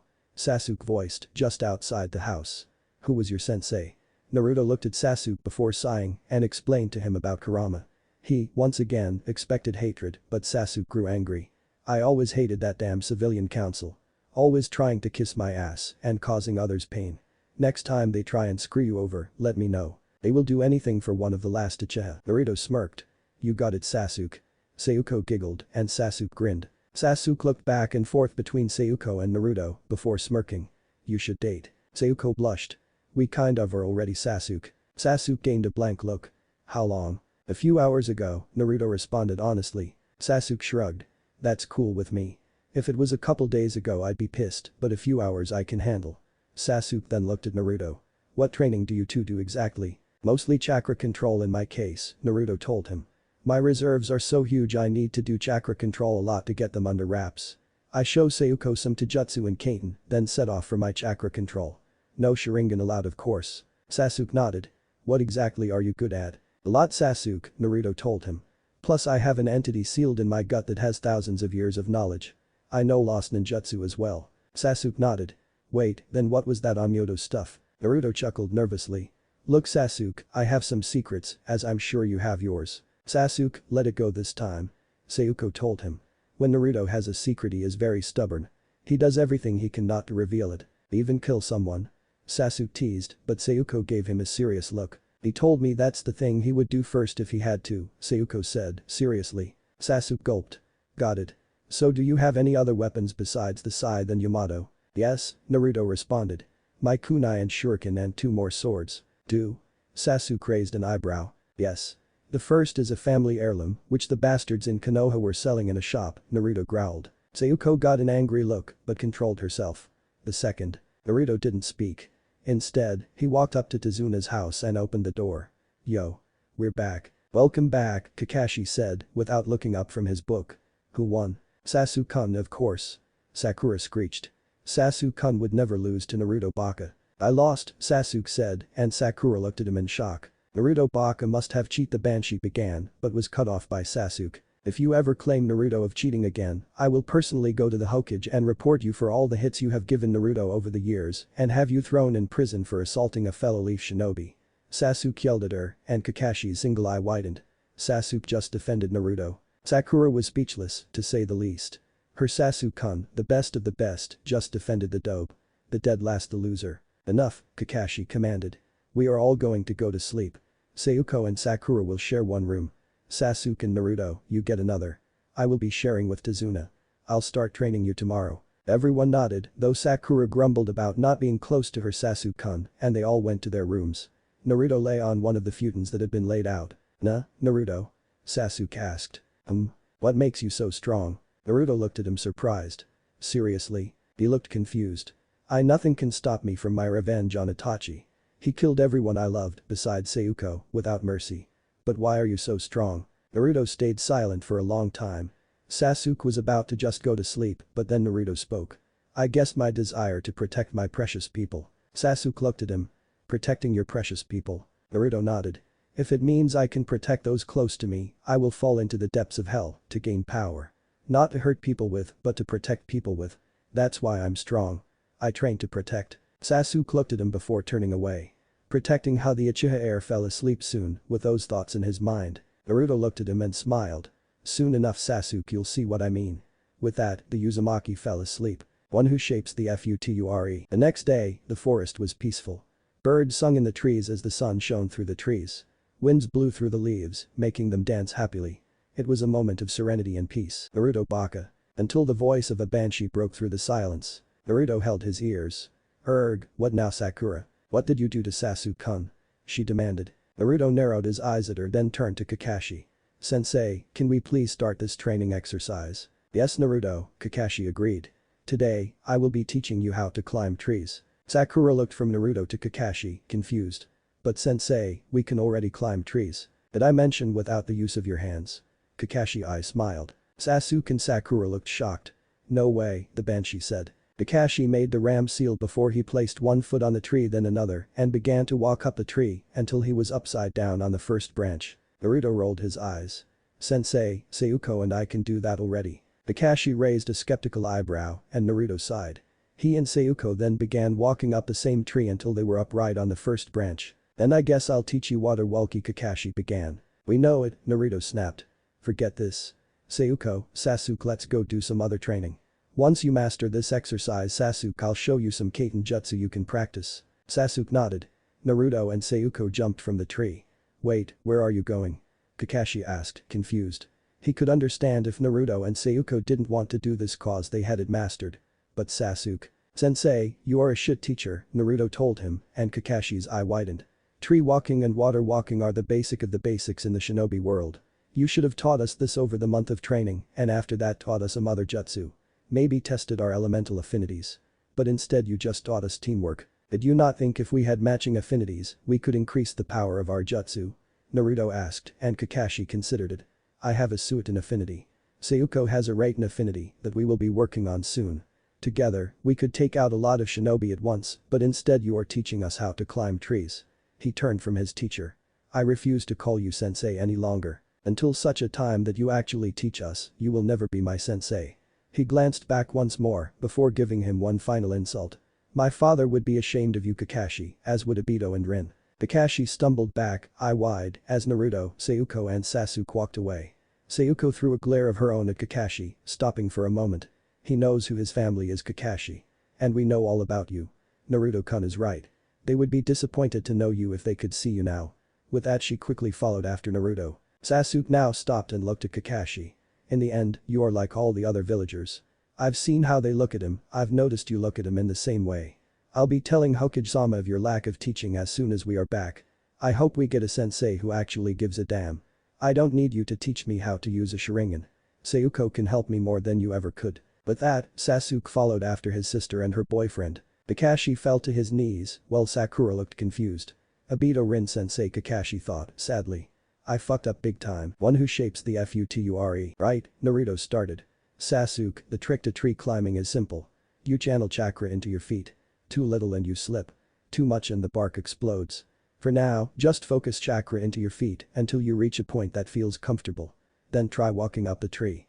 Once you can walk to the top of the tree and back down, then try running. Keep it up until you can stand on the tree subconsciously, without even thinking. Sasuke nodded and placed his hands in the ram seal and began pushing chakra to his feet. He felt like he would slip with one amount, so he pumped more. He then felt like his feet would explode. He furrowed his brow in concentration. He started to take away small amounts of chakra until his feet felt comfortable. He then, slowly and carefully, placed one foot on the tree. It didn't burst. He lifted his other foot and placed it on the tree. He smiled but didn't lose concentration. He then, slowly began to walk up the tree. While he did that, Naruto looked to Sayuko. Right Sei-chan, Sayuko blushed at that. We are gonna start your lightning manipulation training. He walked over to a tree and placed his hand on it. It wrinkled and burst beneath his touch. Sayuko's eyes widened. Your first step is to make the tree wrinkle. The second is to make it burst after wrinkling. But your nature affinity isn't Raiten, Sayuko looked confused. How are you so good at manipulation? I learned the basics of all nature manipulation, Naruto explained. That way, if I ever need another jutsu for different manipulation, I can use it without too much trouble. Sayuko nodded, understanding his reasoning. She then walked to a different tree and placed a hand on it and began to channel her chakra. To her annoyance, the tree only wrinkled slightly. She growled and tried again, determined to get it right. Naruto chuckled as he watched his two students. Huh, Naruto thought. He had never thought of taking on students before, the thought had never occurred to him, and yet here he was, teaching two people he formerly hated as Bushin anyway, the basics of elemental manipulation and how to do tree walking. Now I see, Naruto said to himself. I can't see why Kakashi didn't teach us. It's an amazing feeling. Naruto then sat in the middle of the training grounds, his legs crossed. He made the ram seal and let his chakra flow freely. A small bit burst from him every so often, a shimmering white chakra. Sayuko stopped and looked over at him, smiling. Her smile faltered, however, when he opened his eyes. Just for an instant, too quick for people to usually see, his eyes were no longer their usual sky blue. The whites of his eyes were black and his pupils had become a silver, 8-pointed pinwheel. Naruto-kun. Sayuko called and Naruto looked at her. What was that with your eyes? Naruto was inwardly shocked but didn't show it. What are you talking about? Sayuko frowned but didn't detect his lie. She figured it was probably a dojutsu that he had unlocked but not yet realized it. Nothing, was just imagining things. She went back to her training but never let the image of those eyes fade from her mind. Naruto was worried. He hadn't ever expected her to see that and was hoping she really did brush it off as her imagination. He may have really liked her but he couldn't let anyone know of his eyes. He then closed his eyes again but kept chakra flow away from his eyes as he meditated. He remembered Kurama's words to him when he first started using his chakra a little while after they began his training. Chakra reflects the personality she had told him. Yours is no exception, Naruto frowned. He didn't know what that meant. He didn't even know what his personality was actually like. He acted like he did but it was mostly a mask. Just for a minute when he was practicing with Yamato, his true personality had shown through. But he didn't know what his personality was, which was odd. While Naruto thought of this, Kurama was in a secluded area where even Naruto couldn't hear her. She was curled up in a corner, tears falling down her beautiful face. Why does it hurt, she whimpered, her voice sounding more human. Whenever I see Naruto with Sayuko my chest clenches and I feel upset. Why do I? She wiped away her tears. Why do I feel like Naruto is being taken from me? Why do I want to hold him close to me and never let go? She opened her eyes and looked up, the image of the silver-haired devil smiling at her and offering a hand before her. Why do I feel so sad without you, Naruto-kun? Chapter 7 The Dragon and the Fox. After half an hour of meditating, Naruto opened his eyes and stood, looking at his girlfriend and her brother. Sasuke had improved a great deal already, running up and down the tree. He had made things harder by setting up traps. Whenever he passed a certain point, he broke a ninja wire that fired shuriken and kunai he needed to dodge. Naruto was impressed with this idea, he had done something similar with Kage Bushin. Sayuko, on the other hand, was panting. She had used a lot of chakra trying to wrinkle the trees. She had managed to wrinkle one tree with great difficulty. It was that one that got her so tired. She sat on the ground, tired and feeling dizzy. Naruto smiled softly and walked over to her. He placed a hand on her shoulder. You did really well. Even experienced jonin take a few months to get as far as you have. Sayuko blushed. Well, she mumbled quietly. My boyfriend is going to be Hokage one day. I'm not going to let myself be too weak. After all, he needs a strong wife. Naruto blushed. Ah, I needed to talk to you about that. But you need to promise not to be mad at me. Sayuko looked confused, but nodded. Because I'm the last member of a dying clan, I fall under the craw. Sayuko's eyes widened in alarm, and deep within the seal, a certain Vixen's eyes became hopeful. Which means I will have to take on multiple wives. Kakashi will be obliged to tell Jiji about my Uzumaki heritage. In exchange for it, I was going to put the condition I choose who my wives are. Naruto explained, and Sayuko sighed sadly. That's why I'm telling you. I will only allow someone who you approve of as my first wife. Sayuko's cheeks took on a pink tinge, and her heart fluttered. He had called her his first wife. She smiled softly and considered his words. I'll agree on one condition. What is it? Naruto asked. Your first is mine, she told him. No ifs, ands or buts. Naruto considered this, and a certain Vixen deflated slightly, but then frowned that she had. Alright, that seems reasonable. Sayuko smiled happily and kissed her boyfriend, who leaned into the kiss. Anything else you need to tell me? Right now? No. Naruto stood. I'm going to be going somewhere. One Sasuke masters tree climbing, show him water walking. When he gets that down, I'll move on to the next stage of his training. Sayuko nodded. Come back safe. Naruto smiled. I will. With that, he walked away, deep into the forest. When he was sure nobody could see him, he vanished into a dark portal heading for his pocket dimension he made with his Jikutin, space-time release. One who shapes the Future. Naruto appeared in his pocket dimension. Yamato hanging in the air, suspended there. He was in an exact replica of Training Ground 7. Because this was his dimension, he could modify it to suit his needs. Yamato, Naruto spoke. Take your true form. The blade shook before blue wisps of light came out the blade and made a spiritual body. It looked exactly like Naruto, except slightly taller, with no whisker marks. He also had blue eyes, and his clothes were slightly different. He had brown gloves, brown boots, black jeans, a black shirt and a blue cloak that reached just above his ankles. And his hair was spiked up. What may I do for you, master? Yamato spoke, with a slightly deep tone that surprisingly also resembled Naruto's. Recently, I have been hearing a voice in my head, neither Kurama's, cows or yours, Naruto explained. Who is it? Yamato shifted, feeling uncomfortable. I am sorry, master, but I am unable to answer that question without further information. Naruto frowned. It sounds male. And it keeps trying to give me a name. But it keeps getting blocked out by something, and I can't hear it properly. But it's becoming clear. Yamato tapped his chin before realizing. Ah, that must be your Zanpakuto. Naruto frowned. Zanpakuto. So ledge if you prefer, Yamato shrugged. The Zanpakuto exists within all living beings, usually spirits, but it is occasional that humans have one as well. It is, bluntly, a sword in its normal form. However, by speaking with it, you may learn your Zanpakuto's name and therefore release more of its power. This power can increase, however, when you summon your Zanpakuto and force it into submission. This stage is called Bankai, the final form of the Zanpakuto. Naruto narrowed his eyes accusingly. You seem to have a lot of knowledge on these Zanpakuto as you have called them. Yamato chuckled. In essence, I am too a Zanpakuto. Virgil had one, a very rare case considering he was a devil, and because he was very fond of me, I fused with his Zanpakuto. As such, I could only be used with Virgil. Unlike other Zanpakuto, I did not die with Virgil as I was originally a normal blade, so I lived on. Only one with Virgil's soul could wield me, that was when I met you, master. Naruto looked at him, very interested. What do you mean? As I said, only one with Virgil's soul can use me, Yamato repeated. However, you are a special case. Your soul is your own, yet not. I am guessing it is due to the Shiki Fuin, but your soul contains a fragment of Virgil's soul, which is why you, and you alone, can use me. However, because your soul is also your own, you have your own Zanpakuto as well. However, it is interesting that you cannot hear its name, and more so that you can communicate with it outside of your mindscape. I suppose it is due to the Shiki Fuin. Due to the seal. Naruto was confused. Yamato frowned. Think of it this way. The seal allows you to communicate with Kurama after you accepted her and open the link. I am guessing the seal also sealed your Zanpakuto along with Kurama, however because you were a child, it was sleeping. And now it is awoken, but is locked in the seal. However, because the seal was designed for Kurama, I believe you could release your Zanpakuto from the seal.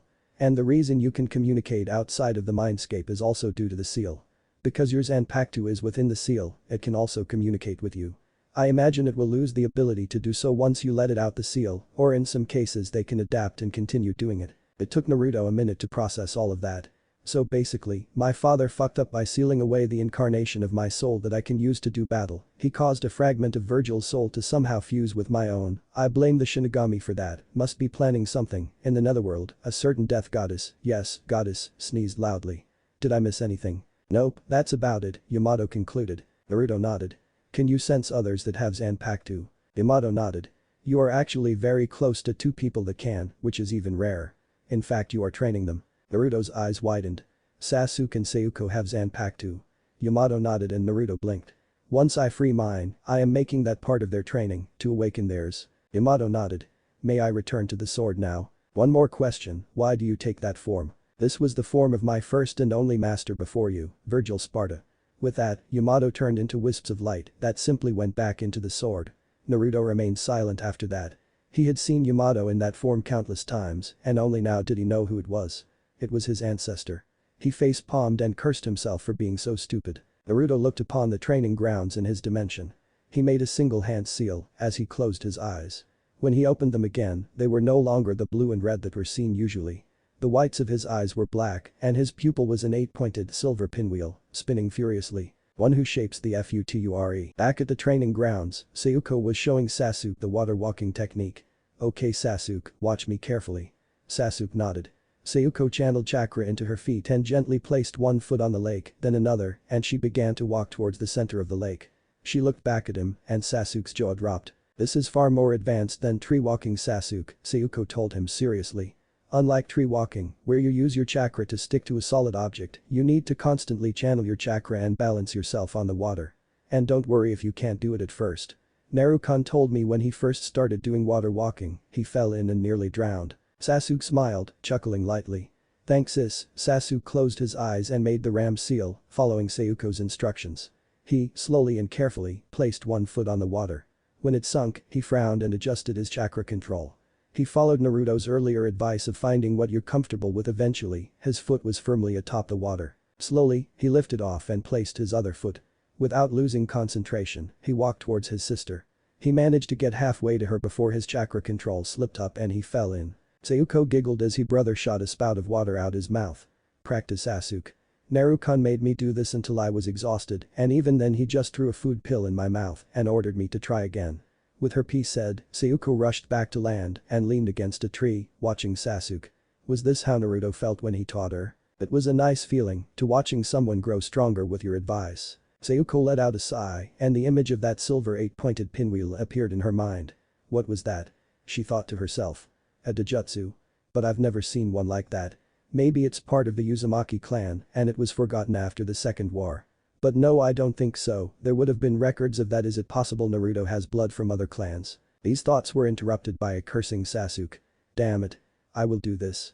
I am an elite. No, I am Uchiha Sasuke, a proud Konoha shinobi. I will get stronger.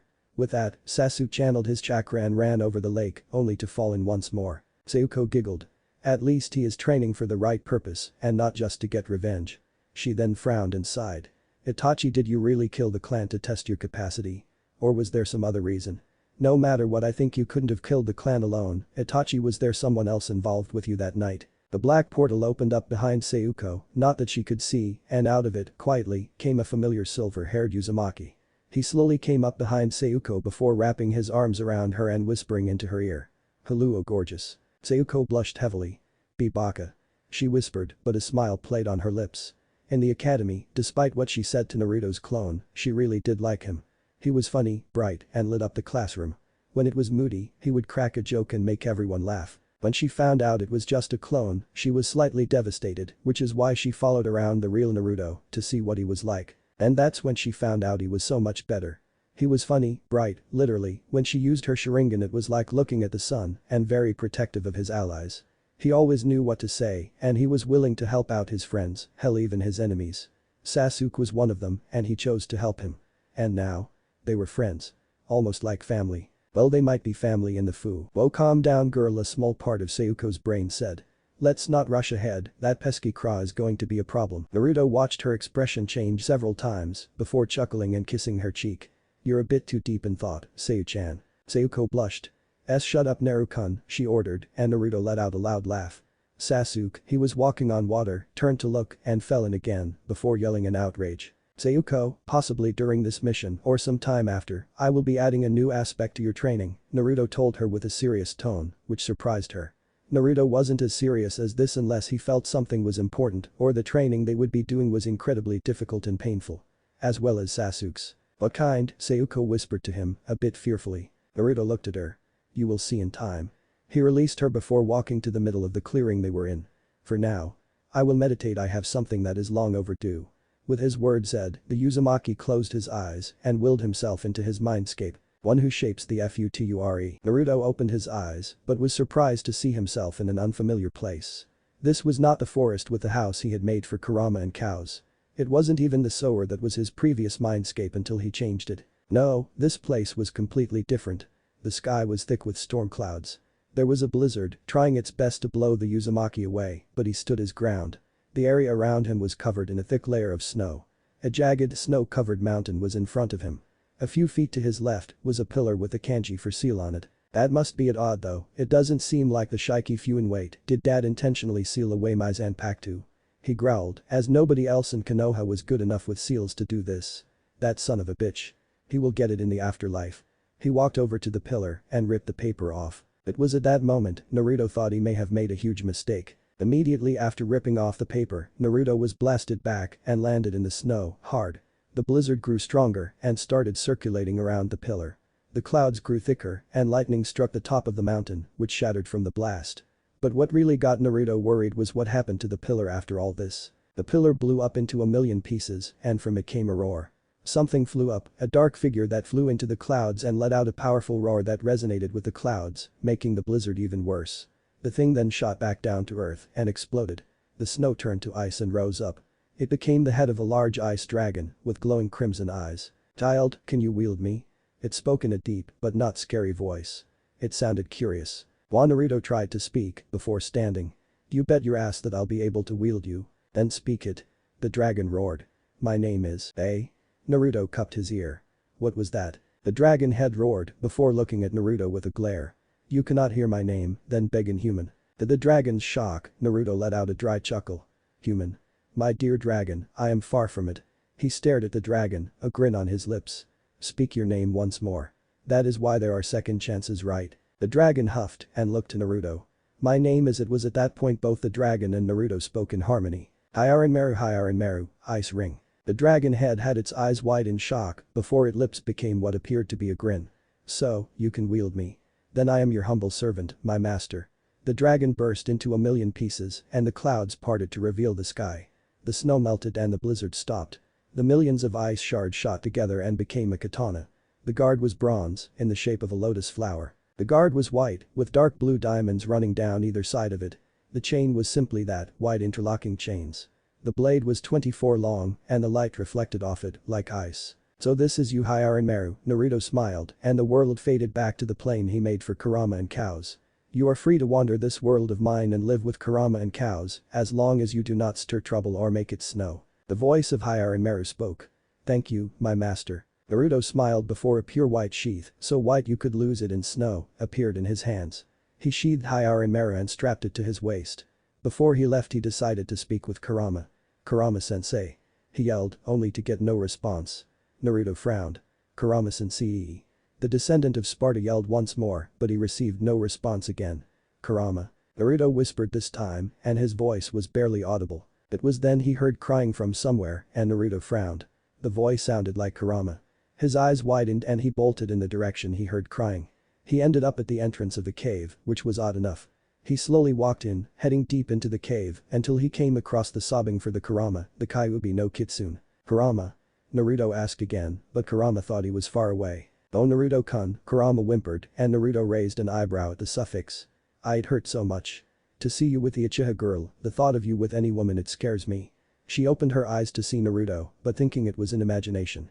Oh how I just want to hold you in my embrace forever, where we can always be happy. Naruto blushed slightly and began to walk towards Kurama's outstretched hand. He held it in his own, and the Biju gasped. Kurama, Naruto said slowly. Are you trying to tell me that you are in love with me? Kurama looked like she was about to die of embarrassment, but also of tears. I don't know how you found me, but yes. She looked away, tears in her eyes. I think I am in love with you, Naruto-kun. Naruto blushed. Then why are you crying? Kurama pulled her hand away and curled into a ball. Because you have Sayuko now and I want you to be happy, even if it means I have to step down and keep away. Naruto clicked his tongue before bonking the Vixen on the head. You baka. She looked up at him, holding the lump on his head with tears in her eyes. What? Why do you think I'm going to initiate the craw on myself? Naruto asked. Kurama frowned. I don't know. Because both you and Sayuko matter to me, Naruto told her, and Kurama gasped. Sayuko is going to have my first, we can't change that as I promised her. However, you will always be my first love. Naruto blushed when he said that, and Kurama blushed fiercely as well, holding her hands over her heart. I fell in love with you a long time ago, but never found the confidence to tell you. I didn't think you would want me. Kurama crashed into him, hugging him tightly and giving him a hot passionate kiss. Naruto blushed fiercely, his eyes wide with shock, as Kurama kissed him with such skill all he could do was let him own slip past his lips. Kurama broke the kiss. Sayuko gets your first time, but I get to give birth to your first child. Naruto blushed. Well, that's a bye. Naruto, Kurama gave him a sickly sweet smile. I will give birth to your first child, even if I have to make your semen the least potent thing of all time until I am pregnant. Are we clear? She finished in her demonic voice. Naruto gulped, and knowing better than to incite the wrath of a woman, he nodded. Okay. Promise me, she glared, and Naruto sighed, knowing he had no choice. I, Uzumaki Naruto, promise that you, Kurama, will give birth to my first child, he spoke in a formal voice.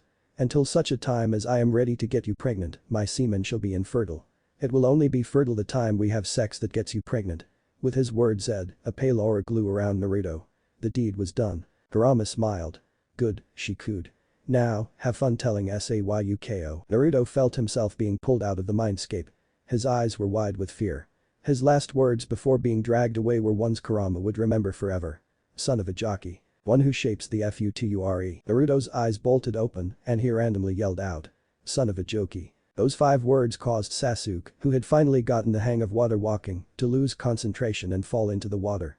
Sayuko looked at him before she burst out laughing and fell to the floor, clutching her stomach. Naruto blushed slightly and cursed silently. He then stood and Sasuke and Sayuko noticed the sword that was now slung at his side. Naru-kun. Sayuko called out after coughing a few times from her laughter. Where did you get that sword?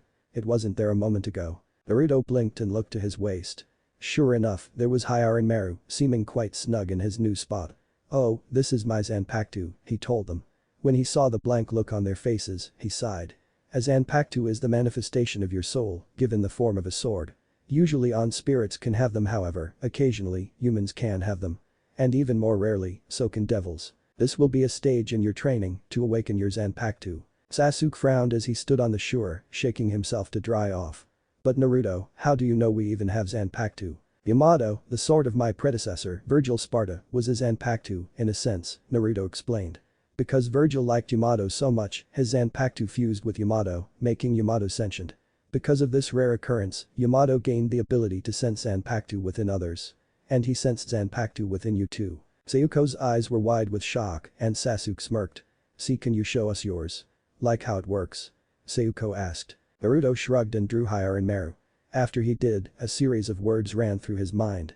Sotenai's ace, reign over the frozen heavens, he spoke, gaining confused looks from Sasuke and Sayuko as he raised his blade into the air. Maru, ice ring. Immediately, Sayuko and Sasuke found a pressure among them and difficulty breathing as Naruto's power skyrocketed. The chain of Maru grew longer and a large crescent moon chain appeared on the bottom. Behind Naruto, a roar came as the water in the air froze and an ice dragon with crimson eyes appeared. It arched its back and roared into the sky. Sasuke looked on in shock. His brother, well, he wasn't his brother yet, could do all this. Just from saying 4 simple words. Sasuke began to get greedy, but reined it in. He would not be a fool and just seek power for revenge, he would do it to protect people. But, as he watched Maru in its released form, he felt an insane power and pressure from Naruto. It wasn't chakra, no, far from it. It felt more like, well, Sasuke wasn't sure exactly how to describe it. It was similar to killing intent. He felt like fighting wasn't worth it, but he still had his free will to battle. He trembled and knew that Naruto could kill him with just a flick of his wrist, well, the Uchiha air was like this. I feel like I'm suffocating, Sasuke thought. Sayuko on the other hand was affected but not in the same way. She began to rub her legs together as the pressure affected her too. As she looked at her boyfriend, she could feel her body getting hotter from the raw power he was emitting. Now, Uchiha Sayuko was by no means a pervert. In fact, she hated perverted people with a fierce passion. But well, she was always turned on by power. To feel raw power slam against her, make her feel pathetic, yes, you guessed it. Uchiha Sayuko was, in fact, submissive. She loved to feel weak and powerless, and Naruto was making her feel just that. Oh god, she moaned in her mind. All this power, oh god, if he were to fuck me I would break, if he were to let out his power and fuck me, I would break under his touch. Naruto looked at them, an evil glint in his eye, as if an evil idea had just entered his mind. This is my Zanpakuto, Hyarumeru. The dragon roared again in delight, happy his master had awoken and had accepted his power and right. And, soon, I shall be helping you awaken your Zanpakuto. He gained a sadistic smile, and both Sasuke and Sayuko gulped. Get ready you two, because you have never experienced training like what I'm going to put you through these next 9 days. Because I want to get you both to awaken your Zanpakuto as soon as possible. With his piece said and demonstration done, Naruto sealed his Shikai, causing the ice dragon to disappear and his sword to return to normal. And let me tell you, these next 9 days, I will make any form of training you have felt, seen or heard about, seem like going on a swing in the park. At those words, Sasuke and Sayuko shivered, knowing they were royally, oh so royally screwed. What if Naruto has multi-bloodline chakra chains? Council bashing. Thanks for watching my video till the end. If you enjoy this content, then do consider subscribing to my channel and leave a like if you guys need the next part, comment down, and thanks for watching the video and see you guys in the next video.